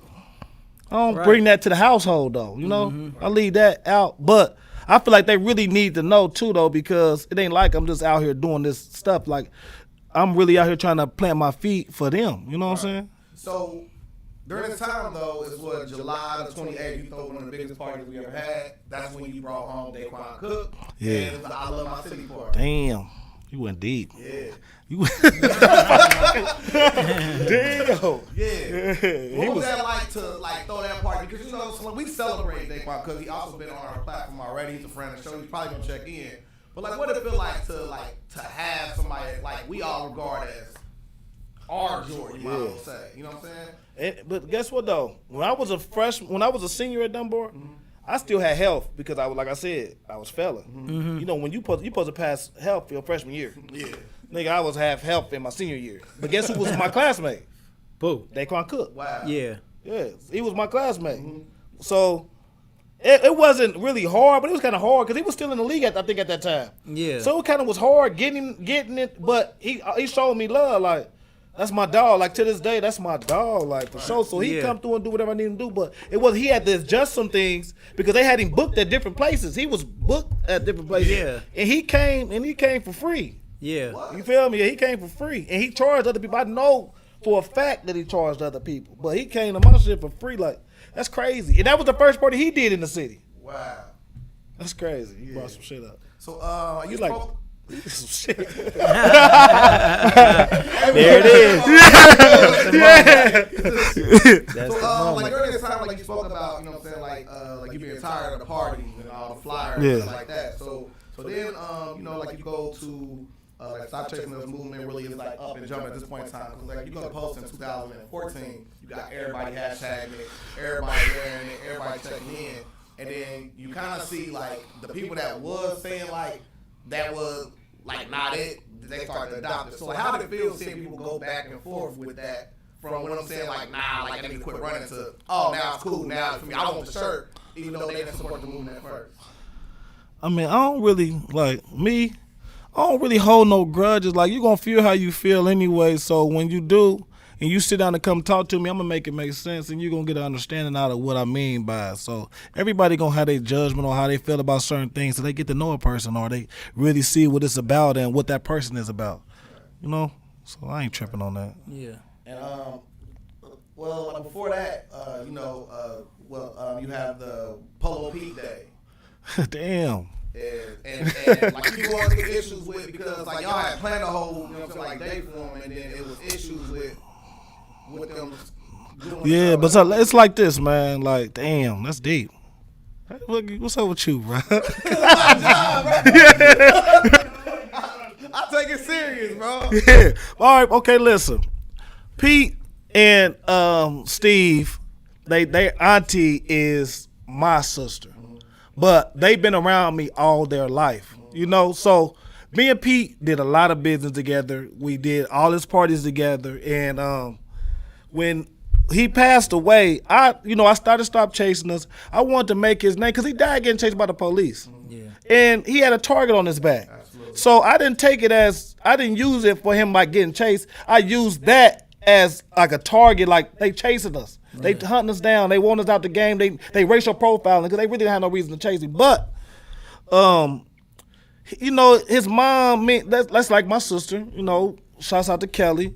She felt like it was like a money thing, but I really wanted to do like the bouncy houses, and every year I always want to do something big for him just to keep his name going. Like we should be having a foundation for his name by now. He should have a trophy or he should have a statue somewhere if it was up to me. You feel me? Like, stop chasing us is him. That's something that's going to keep his name going with something. I turned something negative into something positive. And that's all I wanted to do. You know what I'm saying? But the deal never works out. So my mom, like last year, she like, Karan, just let it go. And it's hard every year, dog. That's one of the hardest times of my life. Just letting his name die down every year. Like, I want him to know, they need to know his story. Yeah. You know?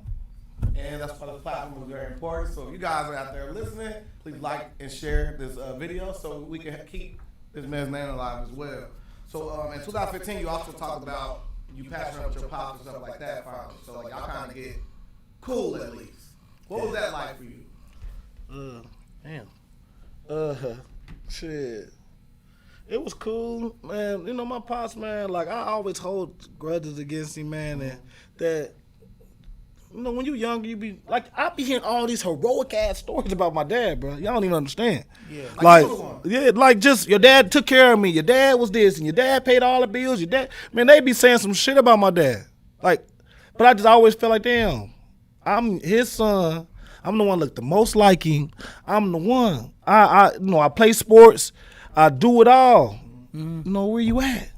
But, you know, everybody sometimes, you know, it don't work out like that. But, like you said, 2015, I started, you know, just putting a lot of my personal feelings to the side and understand that he a man, I'm a man, I'm grown. You're a grown-ass man now, Karan.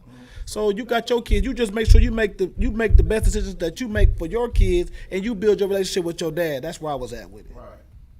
So also during this year, I mean, it's some more bad type news or whatever. Like that's when Jeezy passed. Man.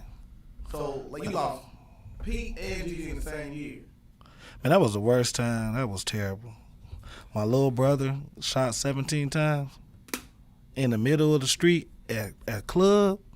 Man, you don't never want to wake up to no shit like that. My nigga called me down like, nigga, like, that nigga, boy, man, my motherfucking brother, nigga, like, nigga, I used to put do-rags on that nigga head, dog, like, for real, like, man, my brother Gotti came to my house, man, that nigga, boy,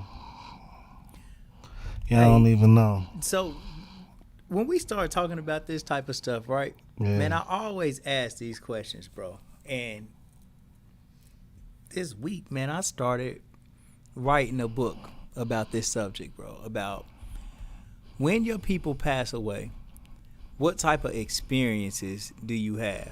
Because everybody that I talk to always tell me that they got some undeniable experience that when a family member passed away that they was close, they always get some type of sign that they're around still. So with Jeezy, somebody that's that close to you, or Pete, your nephew that you raised, man, coming up and y'all threw parties together, did you ever have any type of experience where you feel like they was still around even after they passed? Man, I ain't gonna even lie to y'all, that shit kind of fucked me up, like, nigga, my brother, nigga, like, man. Yeah, bro. Hey, like, my brother Gotti came to my house, bro. I remember, like, he knocked on my door. Like, bro, I went down there and seen my brother on the ground. Yeah, bro. Dead, bro. Your little brother, like, he ain't blood, but that's my brother, bro. Yeah.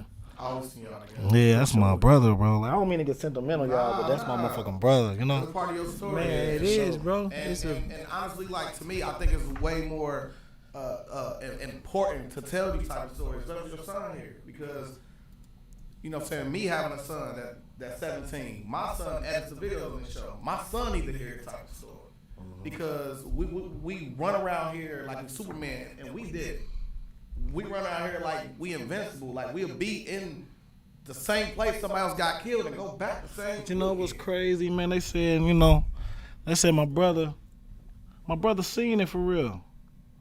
Like, he told security, like, man, can y'all walk me to my car? Or they're like, nah, we can't walk you to your car.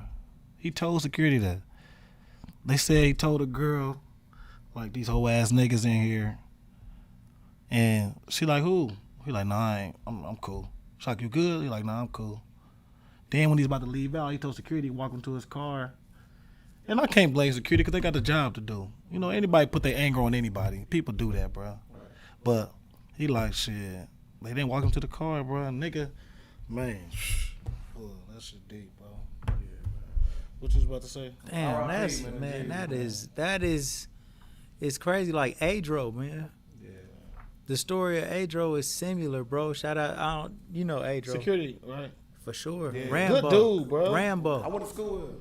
Great Man, dude. He was a good dude, bro. Yeah, super good. But before he passed away, and man, I love Adro, bro. Like Adro was come and see me every year. I mean, just all the time, but just like every year, clockwork. Man, he gonna come through and just check in with me, and we gonna do our business, man. Right. You know what I'm saying? But outside of that, he just come through and make sure I'm safe, man. Adro like a big Superman, tough guy, but good dude. For like, he like one of them people that's not a vigilante, one of them people who protect the streets, but they like crazy, a criminal, but do it for the good shit. Right. Like, you know what I'm saying? Super strong, big strong. Like, But he's dude. protecting people as he's a security guard, and him and 6ix9ine told us the story. But he was saying similar type of stuff, like where he seen it all about to happen. Before he passed away, he put R.I.P. Adro on Facebook. Like, man, I don't know. It seemed like it had to be a week before he passed away. It was close. Yeah. And just same thing with Jeezy. Like, man, you just wonder, like, man, what's going on in those moments before you actually pass, bro? Like, all the thoughts that are going through your head, bro. So, bro, I mean, you pay some bills real quick and then we get Yep, back yep. to it. Man, hey, checking in one time for the one time, bro. You got your boy Smetro in the building, bro. The Legendary People podcast, man. We got Ron C. Foster in the building, bro. We want everybody, man, to go to our YouTube, bro.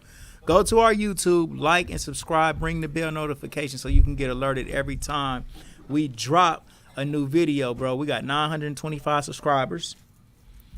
We need 1,000 so we can start getting that bag every time we drop videos and people like. So, man, you guys, man, make sure y'all comment on this post, too. If you're watching on Facebook or if you're watching on YouTube, comment, bro. Comment for my bro Ron C, man. Ask him some questions, man. We're going to read your comments and see what you want to know, or even if you just want to share a memory that you got with Ron C, how y'all met. Man, let's do that, bro. And as always, we want to invite everybody to go to Sheik's for breakfast. They got the best breakfast in the city. I said my favorite is the French toast with the turkey bacon. Yeah, I love it. I love it. And I want some more of it. And go to Agnes All Natural Grill for lunch. They got the jerk chicken with the cocoa bread and the brown sugar lemonade and all kind of just wonderful stuff, chicken cheese steaks and a lot more. If you ever get injured, you want to make sure that you go straight to the hospital and then call attorney Michael Wright at 937-222-7477. And when you want to get just a little loose off some juice, man, get some of that good old Kiara wine. Kiara wine, man. Contact Antoine Cunningham on That Pleasure Facebook. Peach is amazing. And you can get you a bottle of Kiara wine for yourself for this weekend when you want to celebrate. And last but not least, our newest sponsor is the shoparea.com. The shoparea.com has a little bit of everything from baby items to electronics, kitchen items, and much, much more. Shipping is fast and free from the store to your door in 4 business days. So when you order, it's going to get to you free in 4 business days. So don't forget. Come and see us at T-Shirt Kings, 247.com. T-Shirt Kings, 4301 North Main Street. We're on the corner of Main and Nottingham. Man, we got Ron C. He about to, man, start chopping in, and we're going to tap into a new part of Ron C.'s life, bro. Yeah, heck yeah. Because when me and my bro hooked up, man, we started slaying shit all over the country, bro. And when you want to hear about some real shit, you're going to be listening to what we got coming up next, and we're going to be right back in 1 minute. Check out this good old commercial we got dropping on BET tonight. Every time I come in the press room, You in the press room, working on our Stars Hottronic heat press, using all the vinyl, making all the picture tees.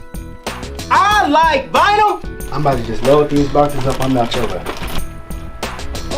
Man, you gotta be a crazy little brother to get fired on your day off. What you get caught stealing boxes for? Man, I didn't get caught stealing no boxes. He said he caught me though. We get our rent paid. Why don't you go in there and ask the girls real fast to see if they help us pay our rent? That don't sound like a bad plan at all. What's up, Pops? What's up, Smokey? I'm trying to set up a meeting with the girls, man. Okay.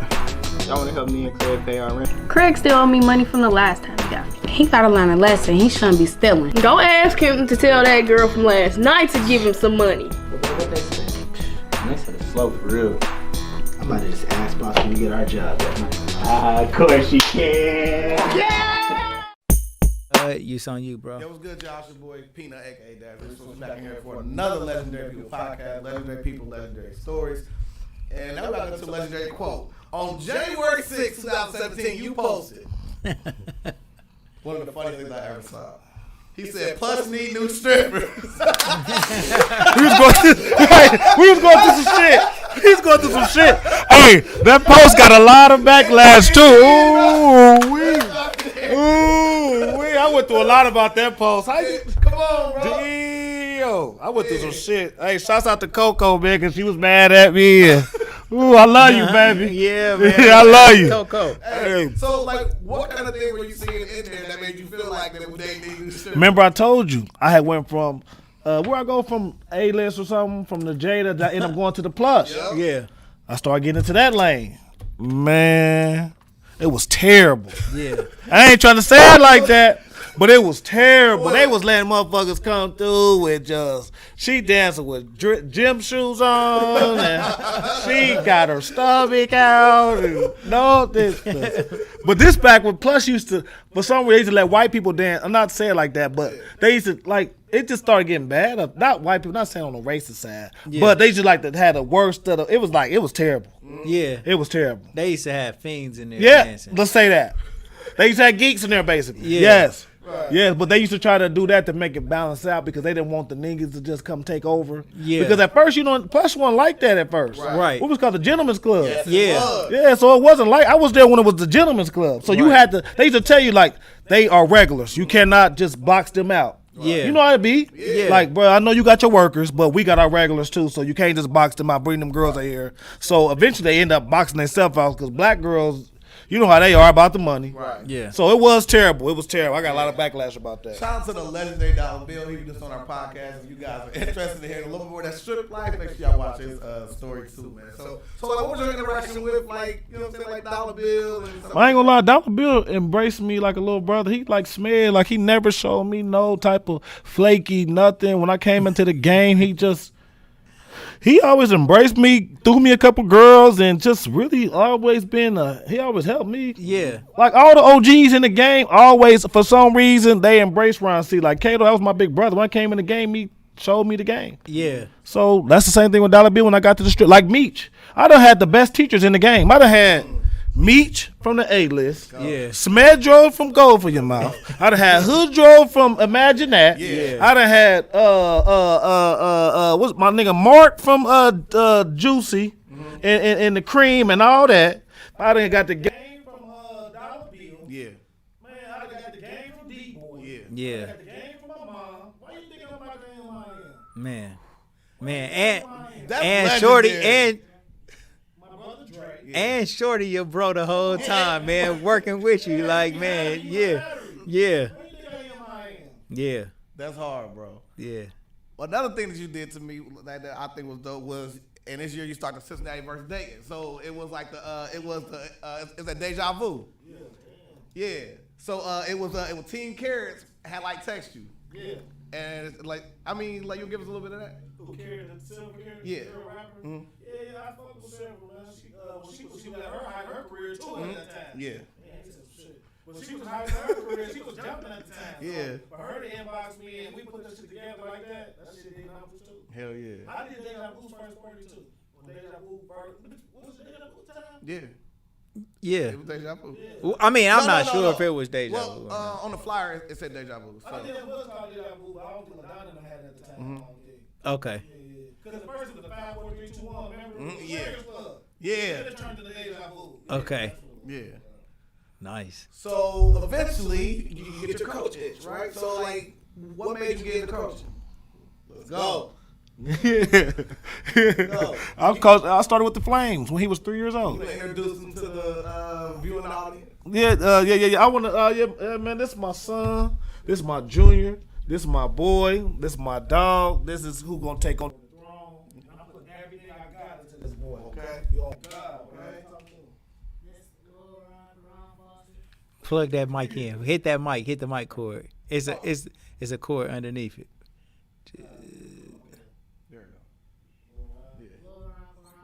What's up? There you go. There you go. Hey, y'all getting raw. One more time, Lil Ron.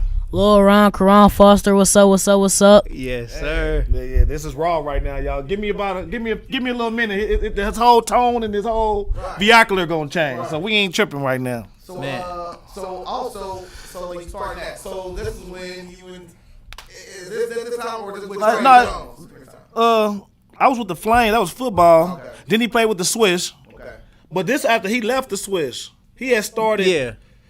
Matter of fact, Karan, we played with the Swish. I wasn't really, the Swish was cool, but the reason why I came to Swish because of Smed. You know, Smed had put the kid on it. He'd put the swag on it. Yeah. He'd make it look like what it is for real. Really want Smith to do every single ad we have. Yeah, I'm talking about, my son got to play for the Swish. Yeah. Is that where Right. Smed at? Yeah. So when I got there, so when I got there, the old man was there. This is the year when you had left. Yeah, I went to Meadowdale. and Salute to the helped old man check- because he old school. And if you know the old man, you'll know what I'm talking Pops, about. man. Pops. Yeah. He Shout out to OG. Pops. So he got a way of doing, older people, they got their way of doing things. Coach But Derek. Smed got the swag, he bringing a new jack swag to the coaching game. Yeah. So, Behind the back passes. And all so Facts. bro called me. I ain't really feeling the Swish at the time. But the Swish is a good organization. Yeah. So Smed called me. I swear to God. He's like, bro, I'm about to start this program. I was standing in Foxborough. I was getting dressed. It was early in the morning. I remember. He's like, I'm about to start this program, and I want Lil Ron, to be the first player. Yeah. Him and my nephews. Am I lying? That's true. The first It's pick true. in the draft. The first Man, pick. yes, He man. said, I'm gonna start this program. We're gonna do the summer league. Out of the summer league, we're gonna pick who we need. We're gonna put the pieces together. Man, we put together their team. They went on a run. Back This team, listen, matching shoes, matching this, matching that, this and that. They went on a run. I mean, they won the what's it called? The Metro Championship. I'm talking about every year. Yeah. They probably didn't lose a game in like 3-4 years. Man, the whole program was just a phenomenal program. It was. I'm gonna talk about everything too, Smed. Yeah. You know you my guy. Yeah, for sure. But the whole I was so diehard. When I Yeah. say diehard, King, Yeah. nigga, you couldn't come in the gym and disrespect us. Like this was the kingdom. We call it the kingdom. Man. Our kids, bro, we had the best players in Ohio. Period. We did. We traveled the world. We kicked your ass with swag too. Yeah. So I'm gonna fast forward. Oh, you want to go? What you want to do? Oh yeah. I was just let me check in. Yeah, one time check about in, this. check in, please. On the start. So, like Lil Ron, like you know what I'm saying. Hold on, let me talk about my nephew, bro, because like this is my point guard, bro. This is my PG the point guard. point guard. You talk your shit. But you don't know, like right now when he just now said his name and all of that, it was kind of mild. Yeah. But this is the most charismatic young player ever. You gotta know this kid, bro. Like I trust him in everything. If I need something done, Lil Ron, can you do this? Because he gonna go in there and he gonna get it done, but not with no brute, with just mind frame. Like, bro, this is the wisest little kid, bro. He got it. He got it, bro. You know what I'm saying? He understands, like, Ron, one thing that Ron did was he made the kids understand that we was out here performing. We wasn't really playing the kids. Like, we whooping shit so much. it got to the point where now we want to put on a show. Yes. Okay. We gonna make a bucket. We slapping the floor. We clapping.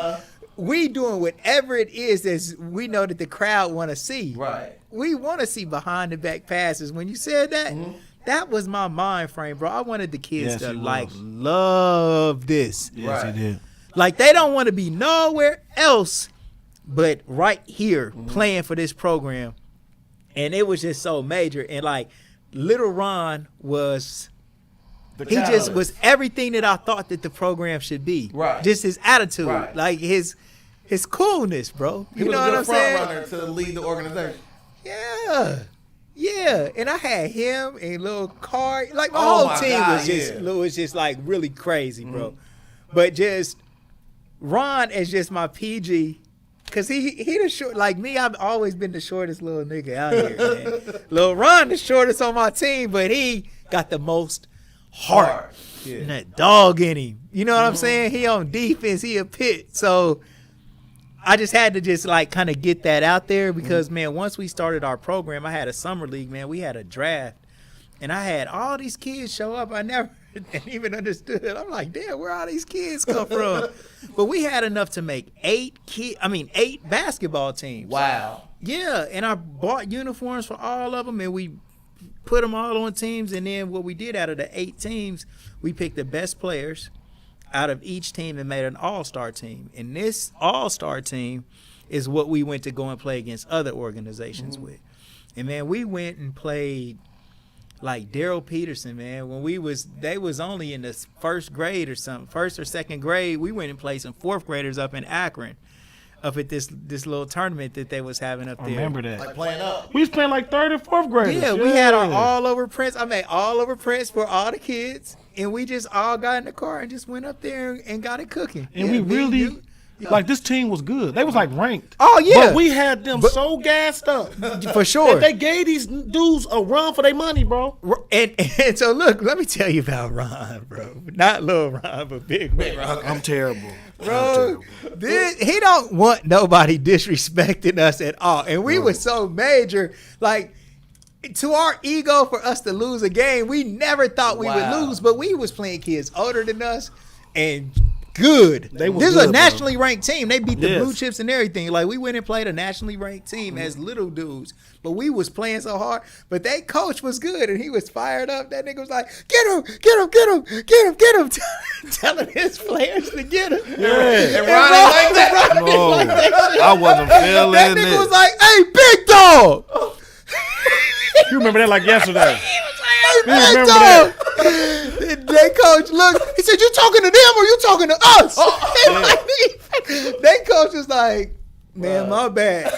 He seen, bro. He brought, but that was the. But listen, real, bro, I didn't play. he I was was the a shield. protector Yeah. that we needed for our program. Like, bro, The old Ron C came out right we there. had Trey on the coach. He was the tactician. You got Smedro just with the vision to try to understand what Smedro, it can I was tell we you supposed to something, do. And Ron said, "Yeah, come on, what you got?" You had to. I don't mean to cut you off. Nah. Your vision though. Yeah, He put it together. Like, bro, what you did for the city, that right there was one of the like. It haven't been nothing like that since Parkside and the Mohawks. Right. yeah, Nothing in between. Never came. That's like when BMF came. It was never nothing like that. When you put that together, like that team specifically, yeah. like it was coaches that came before Trey. He like, man, that ain't it. He was telling. He used to be calling me and telling me, bro, what you think about this? Like this was his program. He didn't have to call me. You didn't have to call me. You didn't have to incite me. You wasn't like nigga. You a boss. Yeah. Every decision had to go through you, but you would call me like, "What you think about this?" We had two coaches that it just was like, bruh, he like, man, that ain't what we looking for. Yeah, because He picked out Trey. You picked out Trey. Yeah. Handpicked. Handpicked. yeah. Everything was handpicked with him. Recruit. Yeah, recruit. Every last kid on the team is handpicked and recruited. On The all the teams. Yeah, on all of them. And recruited, especially Trey, because we had to convince Trey to come and coach. Sure did. He was coaching at Trotwood. And we had to put up with a little bit of shit because Trey, like, he was coaching there. It was like a paid job. Conflict of interest. He's coaching Blue Oh, he Chips. was coaching the Blue Chips. Yeah, he was coaching the Blue Chips. So it was like, damn, coach. You got to talk it Come down. on. Yeah. I'm like, bro, you got your own team. Shit, we had to go We get had to Jim- convince him heavy. Hell yeah, I'm we not did. you said that like he kept telling him like, but you got your and Trotwood for some reason didn't want him coaching a kid team. Yeah. Remember? Yeah. For some reason. Well, like we they- had to damn near kind of because T Mike was damn near. That was like Trotwood family, so we kind of had to pride him Oh away my from God. Trotwood a little bit. Jamarion. Jamarion, T Mike. Yeah. But this team was not easy putting that team together. yeah. Well, but you remember they was already playing for Cuz too. Yeah, he was salty. People was mad at us. They was talking crazy about us out here, talking about we was stealing people's players and all that. Yes. We He getting was our he hands was dirty. with Swish. Yep. They Yeah. was salty, bro. They was salty at Spread a lot. They was, my cousin was salty at me because he felt like I was still in this. But we had the best. We had the best situation. It was the best situation, the best system. It was just all the other programs was really like felon programs. Yeah. Like you would be a fool not to come to the Kings. And it was just fun, bro. Like Oh we, my God. man, we had Ron C on the motherfucking mic, bro, at our games, commentating the games, commentating. Like, bro, it was so fun. It was fun. like I think everybody there, man, the adults, the kids playing, we all just was damn it, all just kids, man, just having So fun at our was. games, and So we would was. win by so much. Like I'm talking about, man, look, if you look at these posters back here, this shit say 5th grade 2016 early bird champs won a game 101. These was the very first games that my program played once I really got it going. 101 to 27. Bust the clock the very first time I ever played. I mean, my program played. And then we won another game. This was my 6th grade team. They won a game 101 to nothing. That's wild. The team that we played didn't hit a free throw, didn't do nothing, and we busted the clock. I busted the clock 2 games back to back. What was it like being a coach there with other kids' parents watching y'all?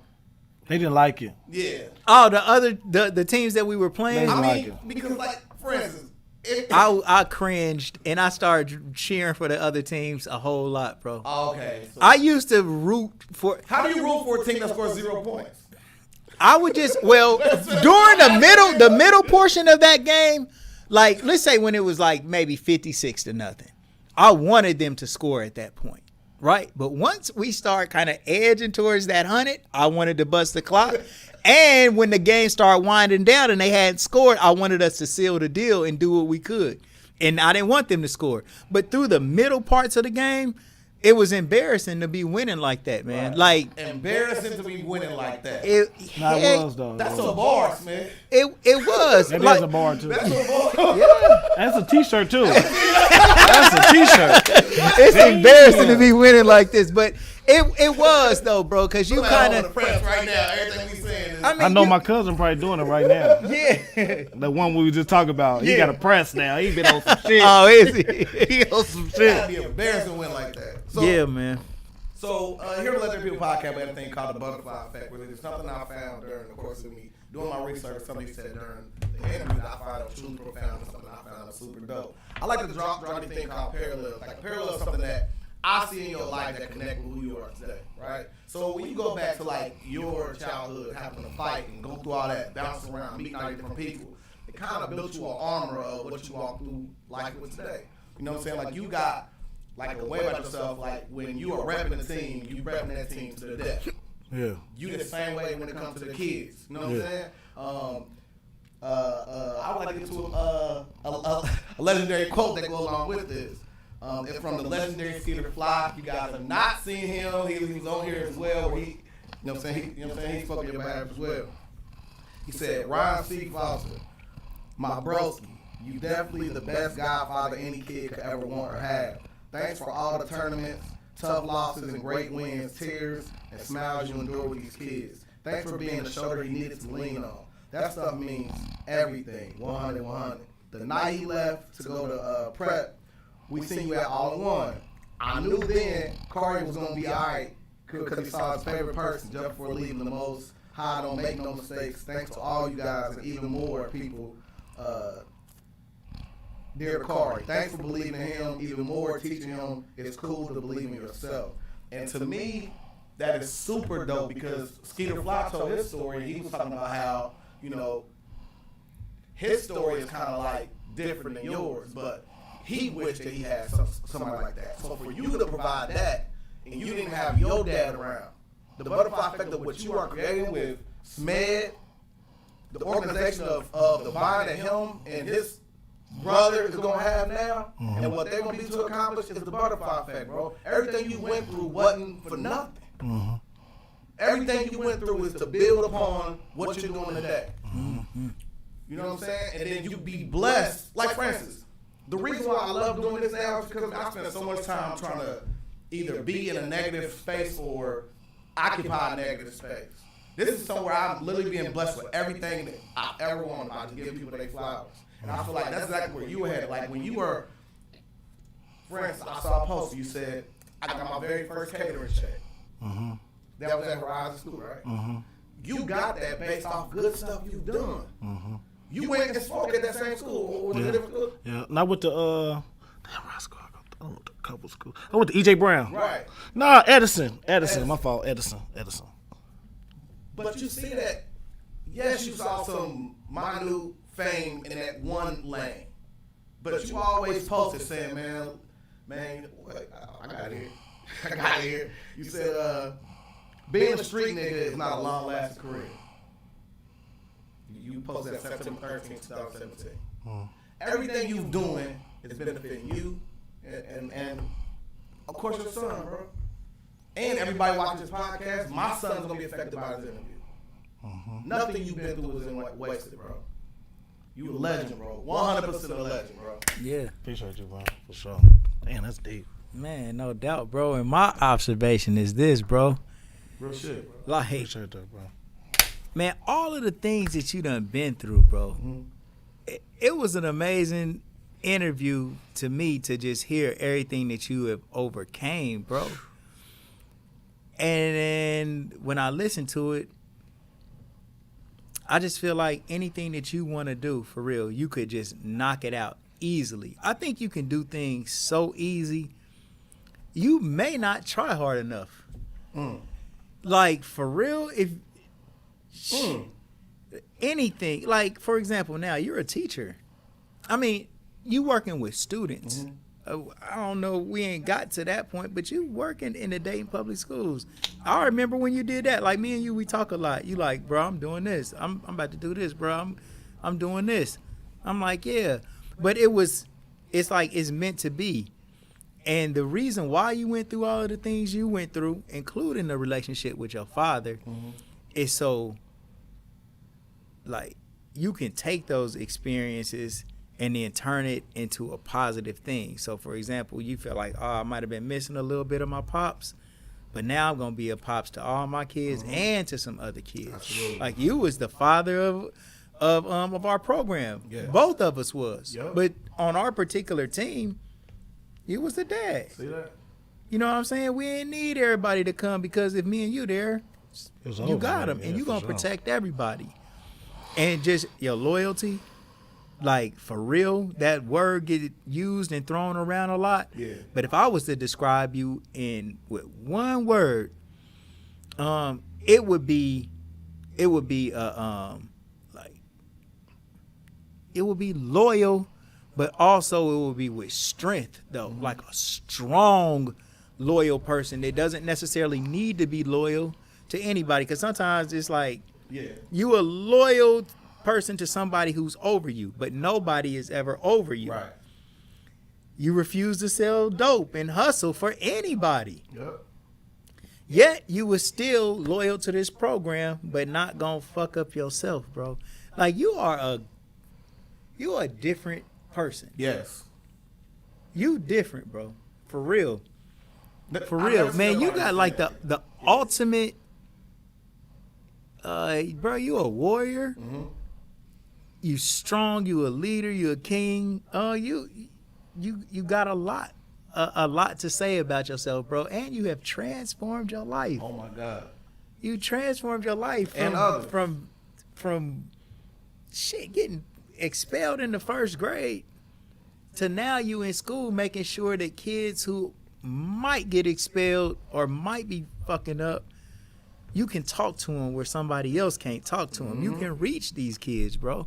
Like the Most High just put you in all these different situations in order to make you become who you are right now. But the thing is, you're not done yet. Like you still got more chapters to go. You still evolving into who you eventually become. We talked about a master of jack of all trades, but a master of none. Oh my God. Right? Like you especially need to pick something, whatever it is that you actually love, and you need to like super focus on that shit. And when you do, everything that you trying to have happen to it is gonna materialize. Similar to how your promotional things went. Every time you try something and you for real and passionate about it, including the Ohio Kings, it's magnificent.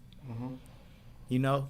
But you, even while you doing that, you probably still got a couple of little other like little projects popping that don't got shit to do with that. You know? Just an observation. Like That's the hardest thing in my life right now, man. Yeah, you might just, if you could just streamline your energy all into one thing and just not really give a fuck whether it's like it take a lot of faith, bro. It take a lot of faith not to worry if it's not gonna work or not. You just know it is because you're doing it and the shit that you do work. That's not always, when I do something, I always feel like it's gonna work. I never look at failure. Exactly. That's just how I am. Right. I always feel like it's gonna work. It's just that master of, what is it called? A jack of all trades, but that's just like, Jack of all trades, it's master of hard for none. me to settle for one thing. I'm gonna tell you one thing, man. One time, it's gonna be a funny story on the low. So it was a lady who stayed across the street from my mom's house, right? Every time she would pull up, my mom would make me go get a grocery, take her out of the house. She would always talk crazy to me, right? Like she would just berate me every single time, bro. And one time she said that to me, and it offended me so much, bro. It offended me so much that I went to school. And like it's like nothing else even mattered. Like I just remember just like how he was doing this, just navigating around. But that thing she said to me with that same exact quote, it pissed me off to the point where I went to school. That's how I learned how to research stuff like that benefit me today. And now, bro, I'm so glad that lady said that to me. Bro. What she said? A jack of all trades, a master of none. Yeah. That was one of my words of empowerment. Yeah. But and shit take a little bit of time to manifest too. Like shit, good things don't happen immediately normally. Right. You know what I'm saying? Like you gotta put in that work, bro. You got to put in that work. And this ain't talking to either one of you guys or to myself. Just saying for anybody that's Just getting watching. into anything, yeah. Just watching you guys. Like greatness, it take a while. Like for real, this shit ain't even done, but it's getting more to where I want it to be. But man, I've been trying to do a TV show and radio show since Ustream. Wow. This was in like 2007, me and Hood down at my other spot.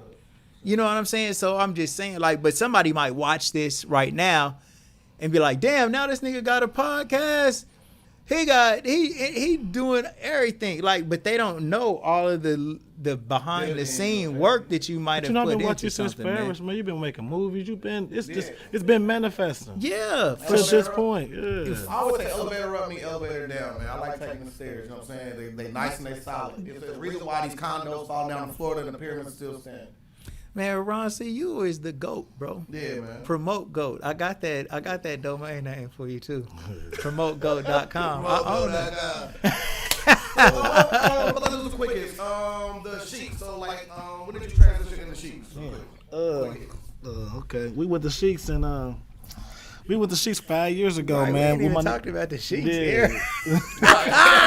He the GOAT, bro. We got the Sheiks like 5 years ago, man. My nigga Meech, like I said, I always kept in touch with me. I like learning from people. I learn Yeah. a lot from Meech. Yeah. I learn a lot from you. Yeah, for And sure. I always call Meech and pick his brain. I call him pick his brain. But he had got the building. My nigga Shorty at the time, I'm flat book broke. Shorty, you know, he got his ones and twos. Yeah. I connected them and we took off. Yeah. And it's funny because me told the story on the other side of this. So, What'd he say? he said that it was a big party that like y'all had threw, but he knew that he wanted to leave. He said he threw a big ass party and then he like gave you the split, and he's like, this you. Nah, that was at Lights and Sirens. That was with his other bro when they was up. Oh no, that was at I remember that he did Yeah. a college party at Yeah. it was like homecoming. Yeah. It was at RSVP. Oh, it was yeah. License Sign at the time. Yeah. Yeah, Yeah. I remember that. That's my brother. He told me, and he took a short end. Yeah. He took a short end, then he started the A-list. Yep. Mm-hmm. Yep. But Well, yeah, but that's because his character. Peanut, we gonna take a point away from you for that. Yeah, I bro. remember that. But Sheiks, bro, what's Sheiks, bro? Like, it just is lit. Like, what? Tell me about that shit. Fucking, what to say? Man, So, a person that's never been there before, what is she? Sheets is just it's a home, bro. It's a family. Yeah. It's somewhere where you can feel comfortable, where people gonna embrace you and they gonna show you love. It's a home of Shorty and Ron C, so you know them good people, so you know they gonna treat you good. Yeah. For sure. So I ain't really gotta say too much about that. Right. Good food for sure. too. Huh? More of a restaurant. Man, it's a vibe, man. Good food, good people, man. You want me to punchline some stuff? Yeah. Oh yeah, okay. Tuesday through Saturday, you can come get some breakfast from 8 a.m. to 1 to 2:30. Then after 5 o'clock, we open up for dinner. From Monday, Monday we got dinner. Tuesday, every day we got dinner. Just Yeah. come every day. Every day. Don't miss a day. Besides Sunday, we close on Sundays. After that, come see us. What's the best food that you got, bro? What you like the best up there? I like all the breakfast. Yeah. I like everything. I can't pick nothing out. We used to have chicken fontaine. We need to bring that chicken fontaine back. Ooh, Chicken fontaine. Sounds Ooh, you good. put, No, it's no. like the baked potato. You put this chicken fontaine juice on that motherfucker and you go nuts. Ooh, I saw me one. ooh. That But- breakfast fire, but, bro. hey, listen. When cause I'm gonna double back. I got the Sheik story too. That shit deep too. This shit deep. Yeah. This shit deep, bro. This shit. Let me tell you something, bro. We was in you know how you get a fucked up contract? Yeah. Me and Shorty was in a fucked up contract Explain. when we got Sheiks, bro. We was in the when we first got there, bro. We didn't have no paperwork. We didn't really know nothing. So really, Meeks, that's my brother, but he was in control of everything. So we Yeah. really didn't get to see nothing. Our name was just on the bill. Right. You feel me? So after the few years, bro didn't want nothing to do with it no more because the crowd was shifting. More of our people started coming and less of his people started coming. Right. Yeah. So he didn't really like that crowd that we was having, but me and Shorty represent the people for real. Yeah. You know, I'm sorry, we don't really got the bougie. Yeah. We represent the people. Yeah. And our people gonna come where we at. Yeah. So he really wasn't feeling it. And we was going through like a contract. This shit like a record deal. Yeah. We was going through a contract dispute. And he had, his name was on every fucking thing. But we young, we don't really know. You know what I'm saying? We just geek, we got a club. Right. You feel me? So now we going through a contract dispute. He don't want to let shit go. He want this, he want that, and he leaving. Yeah. I never was mad at Meech because it's business. You know, I didn't ever take it personal because it's business. You don't take business personal. That's one thing that I do know. Yeah. But I always, when something happened, I don't never fault the next person. I always fault myself, like, Ron, what could you do better? Yeah. So we was really going through that. That was a tough time, too. Like, we was really going through some shit. Me and Shorty really started reaping benefits from Sheiks like a year or two ago. Yeah. And we done had it for 5 years. And that's on the podcast side. Yeah. No, nobody know about that one. Right. Man. I'm giving y'all all guts, no glory right now. Man, no doubt. For real. Lil Ron, what's up with you, bro? What's going on with you? Yeah, can I plug my boy in real yeah, quick? yeah, Hey, listen, let me plug my boy in real quick. I got my son Ron C, man, and he about to be in high school. He 13 in 8th grade, bro. So I got to teach him about how to make some money. I got to teach him how to hustle. I got to teach him how to deal with people. I got to show him what I know. You know, I got to teach him how to be a king. I'm going to show him how to use his hustle hand where he ain't got to work for nobody and he could be his own boss. And he can make, you know, these kids want drug dealer money. I'm going to teach you how to make drug dealer money without selling a piece of dope. Right. My nigga. For sure that. Your name is going to make you money. Yep. Who you are going to make you money. These hands, that mouth, these ears, your eyes is going to make your money. You ain't going to have to touch a piece. They not putting no felony on my boy. He ain't going to nobody's jail. Not on my watch. Never. Not by what I showed him. Now, if he go out there and do some other shit because on his own judgment, then that's what he gonna do. But what I showed him, he watched me go to work every day. He watched me sell shoes. He watched me sell T-shirts. He watched me pack clubs out. He come in this motherfucking peel potatoes for me while I'm selling dinners. This is what I showed him. That's what I showed him. Ain't that what you see? He don't see me smoking weed, selling dope, acting crazy. Yeah. That's what he don't see. So if he choose to go out there and do that, that would be his own choice. But I'm gonna put that hustle hand on him.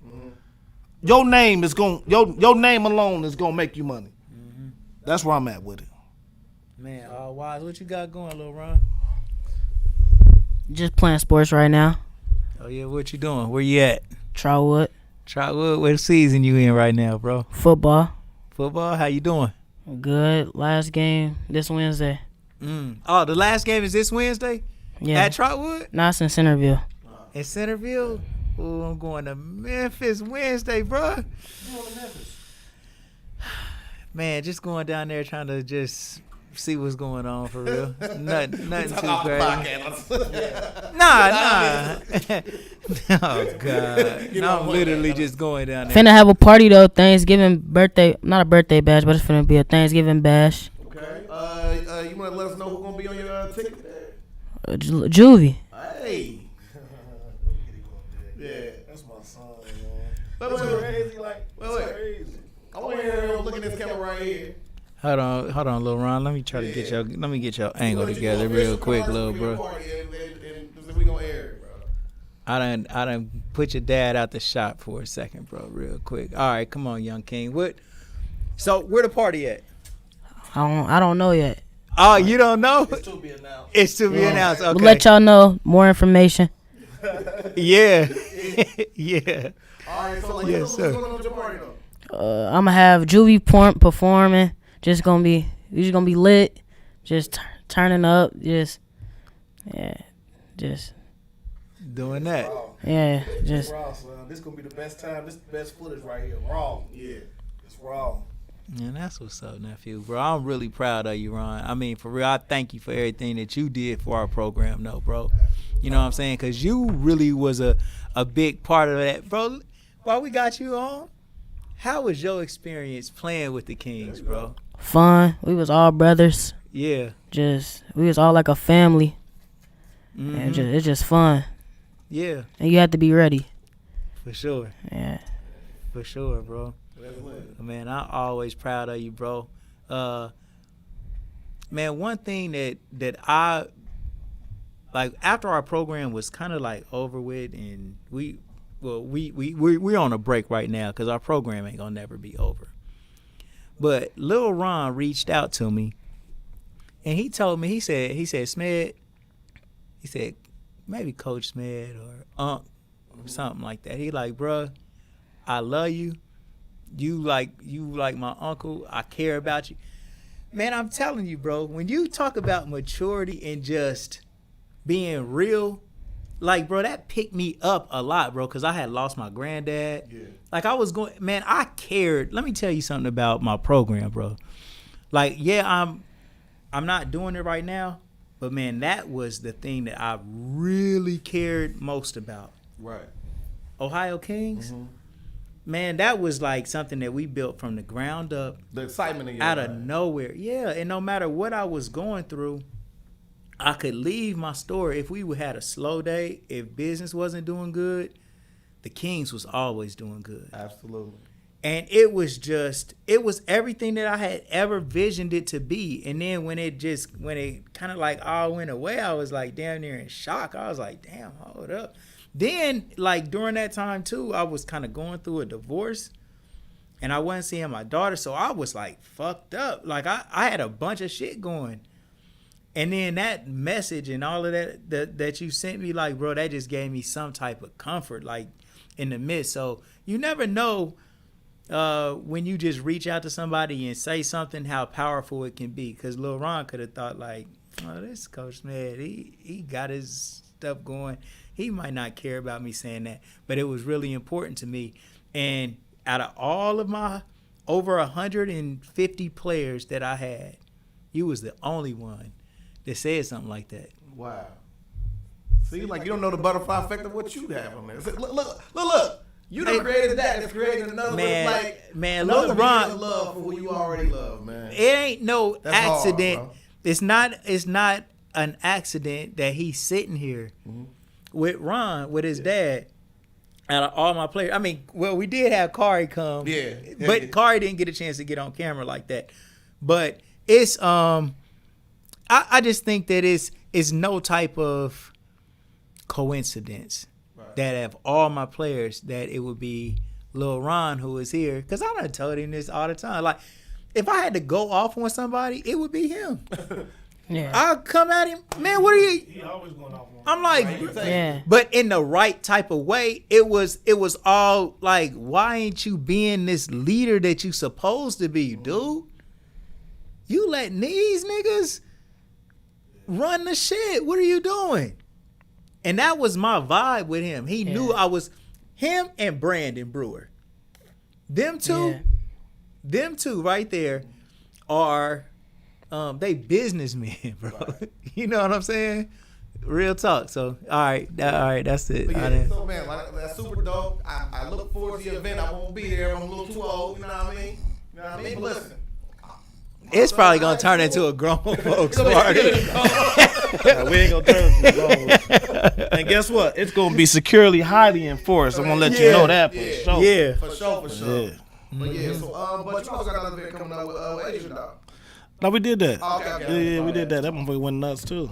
Yeah. So it's lit, man. Bro, one thing that I peeped that you do, you always do the horoscope, not horoscope, but what is it? Scorpio. The Scorpio, but what is your sign? What your zodiac parties, bro? Yeah. That Scorpio coming up though. I ain't even dropped the flyer yet, but it's going down for sure. Yeah. Legendary BJ party. Huh? Yes, For sure. So what else you got coming up, man?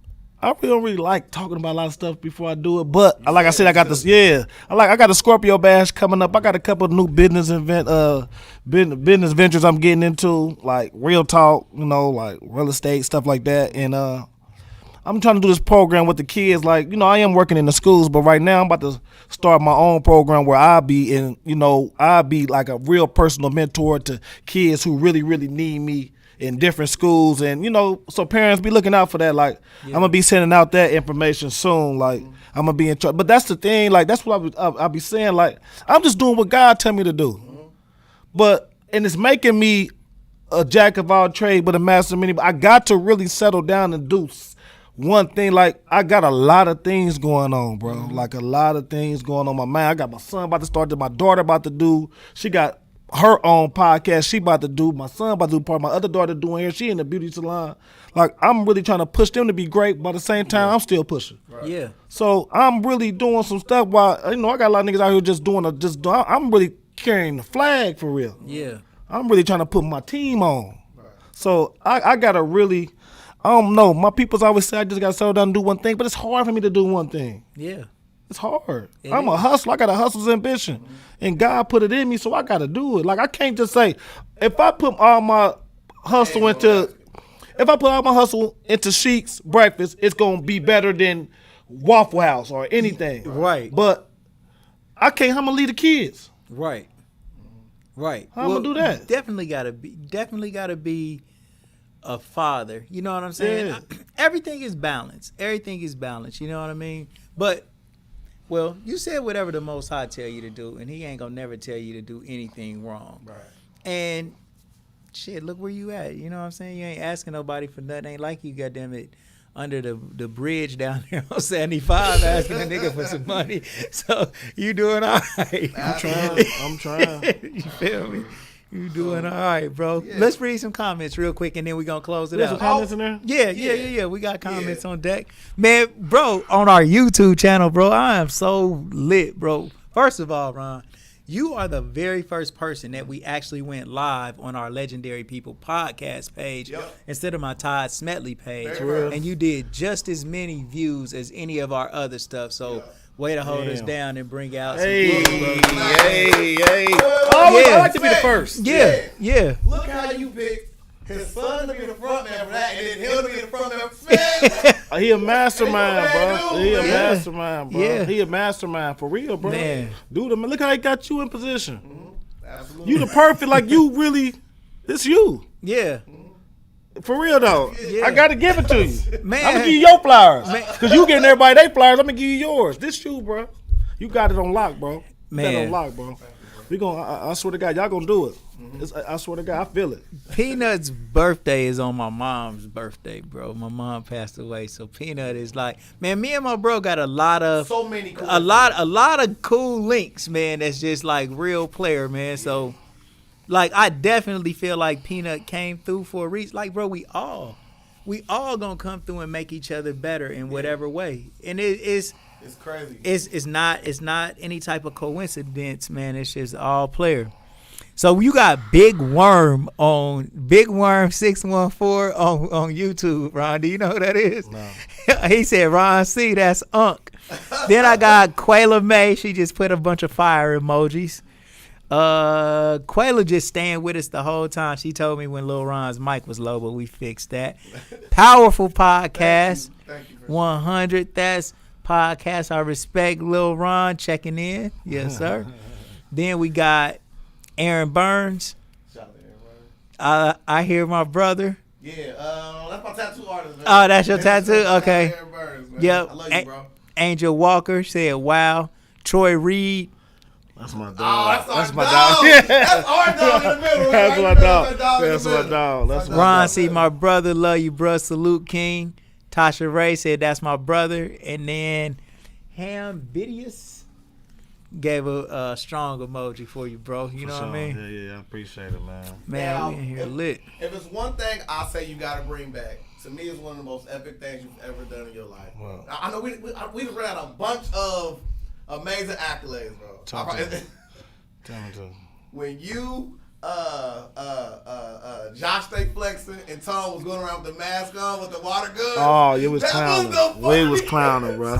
We was clowning, That was bro. the best We was stuff clowning, ever, bro. Yeah. Like they literally going around chasing each other like real life GTA, but with water pistols. We Yeah. had the water fight. Yeah, I we remember had the water fight. You That was gotta- epic. It was so big because that the radio station, we was on the radio, they wanted to be a part, like, that was me and Red, bro. Shout out to Red. Yeah, Then we man. did the first water fight, man. That thing went so epic. They wanted to bring it back. Yes. They want to bring it back. But man, Red had ended up getting locked up, but I'd be so tied up, bro. Yeah. I'm telling But you. I remember the water fight. That was major. I've never been this busy. Like, I'm so busy, bro. Yeah. Like, just really just Yeah. doing stuff. Like, damn, Well, like, I don't well, get no sit down time. We have Yeah. a Chic sponsored event. We're gonna meet up there. And Man, we're bro, gonna we have need breakfast at the podcast, Nah, bro. we bringing For breakfast man. in. When do we got to bring it? Tomorrow? Tomorrow, Yeah, can we tomorrow. do that? Who gonna be here tomorrow? Tomorrow, who I got on the show? Tell me what I they got eat. Jody Coleman tomorrow on Listen, the show. write down what y'all want. Yeah. Text it to me. I'm Yeah. gonna keep it hot and warm for y'all. I'm gonna have it here for y'all. Wow. I'm gonna have it here for y'all. I gotta get y'all some breakfast. I gotta get y'all breakfast in here for sure. I gotta get it in here. Don't worry about that. I got y'all locked in. That's my word. That's my Man, word. no doubt. So look, I'm gonna do our we gonna close out real quick. Peanut, I'm gonna kick it to you after I say, man, no matter what you do, bro, go to Sheik's for breakfast, man. They got the best breakfast in the city, and you know I love French toast, turkey bacon, scrambled eggs, chicken wings on my plate, bro. And then they even put the strawberries on there to make it major for you, bro. It's really major. And we Real cook the talk. turkey meat on a different pan. Don't get it twisted. What we do, bro? We cook the turkey meat on a different pan, but we don't let the turkey touch the pork. You hear me? Yeah, don't get it twisted. Dream come true. Yeah, don't get it Are you twisted. kidding me? That's, you feel me? Legendary. That will be included in every time I announce Sheiks from now on, bro. They separate the turkey from the pork, bro. So ain't no pork hit my fork at all, bro. At all. Go to Agnes All Natural Grill for lunch. If you ever get injured, call attorney Michael Wright at 937-222-7477. We got Kiara Wine as a sponsor. You guys make sure y'all get with my bro Big Antoine Cunningham, right? Yep. Kiara Wine. Hit his inbox and he can tell you where to get it. And last but not least, Yes. we got shoparea.com. Man, they got everything you need, and they will. Hold on, you guys, on this shop real quick. Give me a second. Hold on. They got other different things. Shop area has a little bit of everything from baby items to electronics, kitchen items, and much more. Shipping is fast and free from store to your door in 4 business days. And I think that's about it. But T-Shirt Kings, go for your mouth, man. Come and holler at us. Commercial dropping, man, on every channel that you possibly watch tonight and for the rest of this month, man. Check us out. We remade that Friday. That was hilarious. T-Shirt Kings 247.com. Get with us, man. Peanut, back to you, and then Ron C, you gonna close us out with something wise. So I want to do one more legendary quote by this man right here. March 21st, 2012. He said, "Saying you real don't make you real just because you said it. What makes you real is what you've been through and what you do to get through it. And taking care of your family, that's what makes you real. Being you and not what you see on TV, man." Damn. Legendary, bro. But yeah, I'm your boy Dash Resource, aka Peanut. Every Sunday at 8 o'clock p.m. I do Sell Stocks Not Dope, where I teach people easy ways of making money inside the stock market. I do daily stock picks on my page. So if you're interested in that, please just put in Dash Resource anywhere in Google or go to dashresource.com and I'll help you set up your portfolio. But man, my man Ron C, man. Ron C, bro, take us out of here, bro. I ain't gonna get too long-winded, but I'm gonna finish it off like I said, ladies. Hey, listen, man, don't never give up on your son, because you'll never know what they gonna be and how they gonna turn out. You know, believe in them, have they back, because my mama believed in me and she never gave up on me. Smedro Peanut, I appreciate y'all. Hey, it ain't nothing but love. When y'all see me, I represent the city. I represent the people who come from nothing. And I represent them young boys who they don't believe in that's going to be something, man. You can do whatever you want to do. Trust me. I love y'all. Good night. Man, love everybody, y'all. Peace, man. We out of here.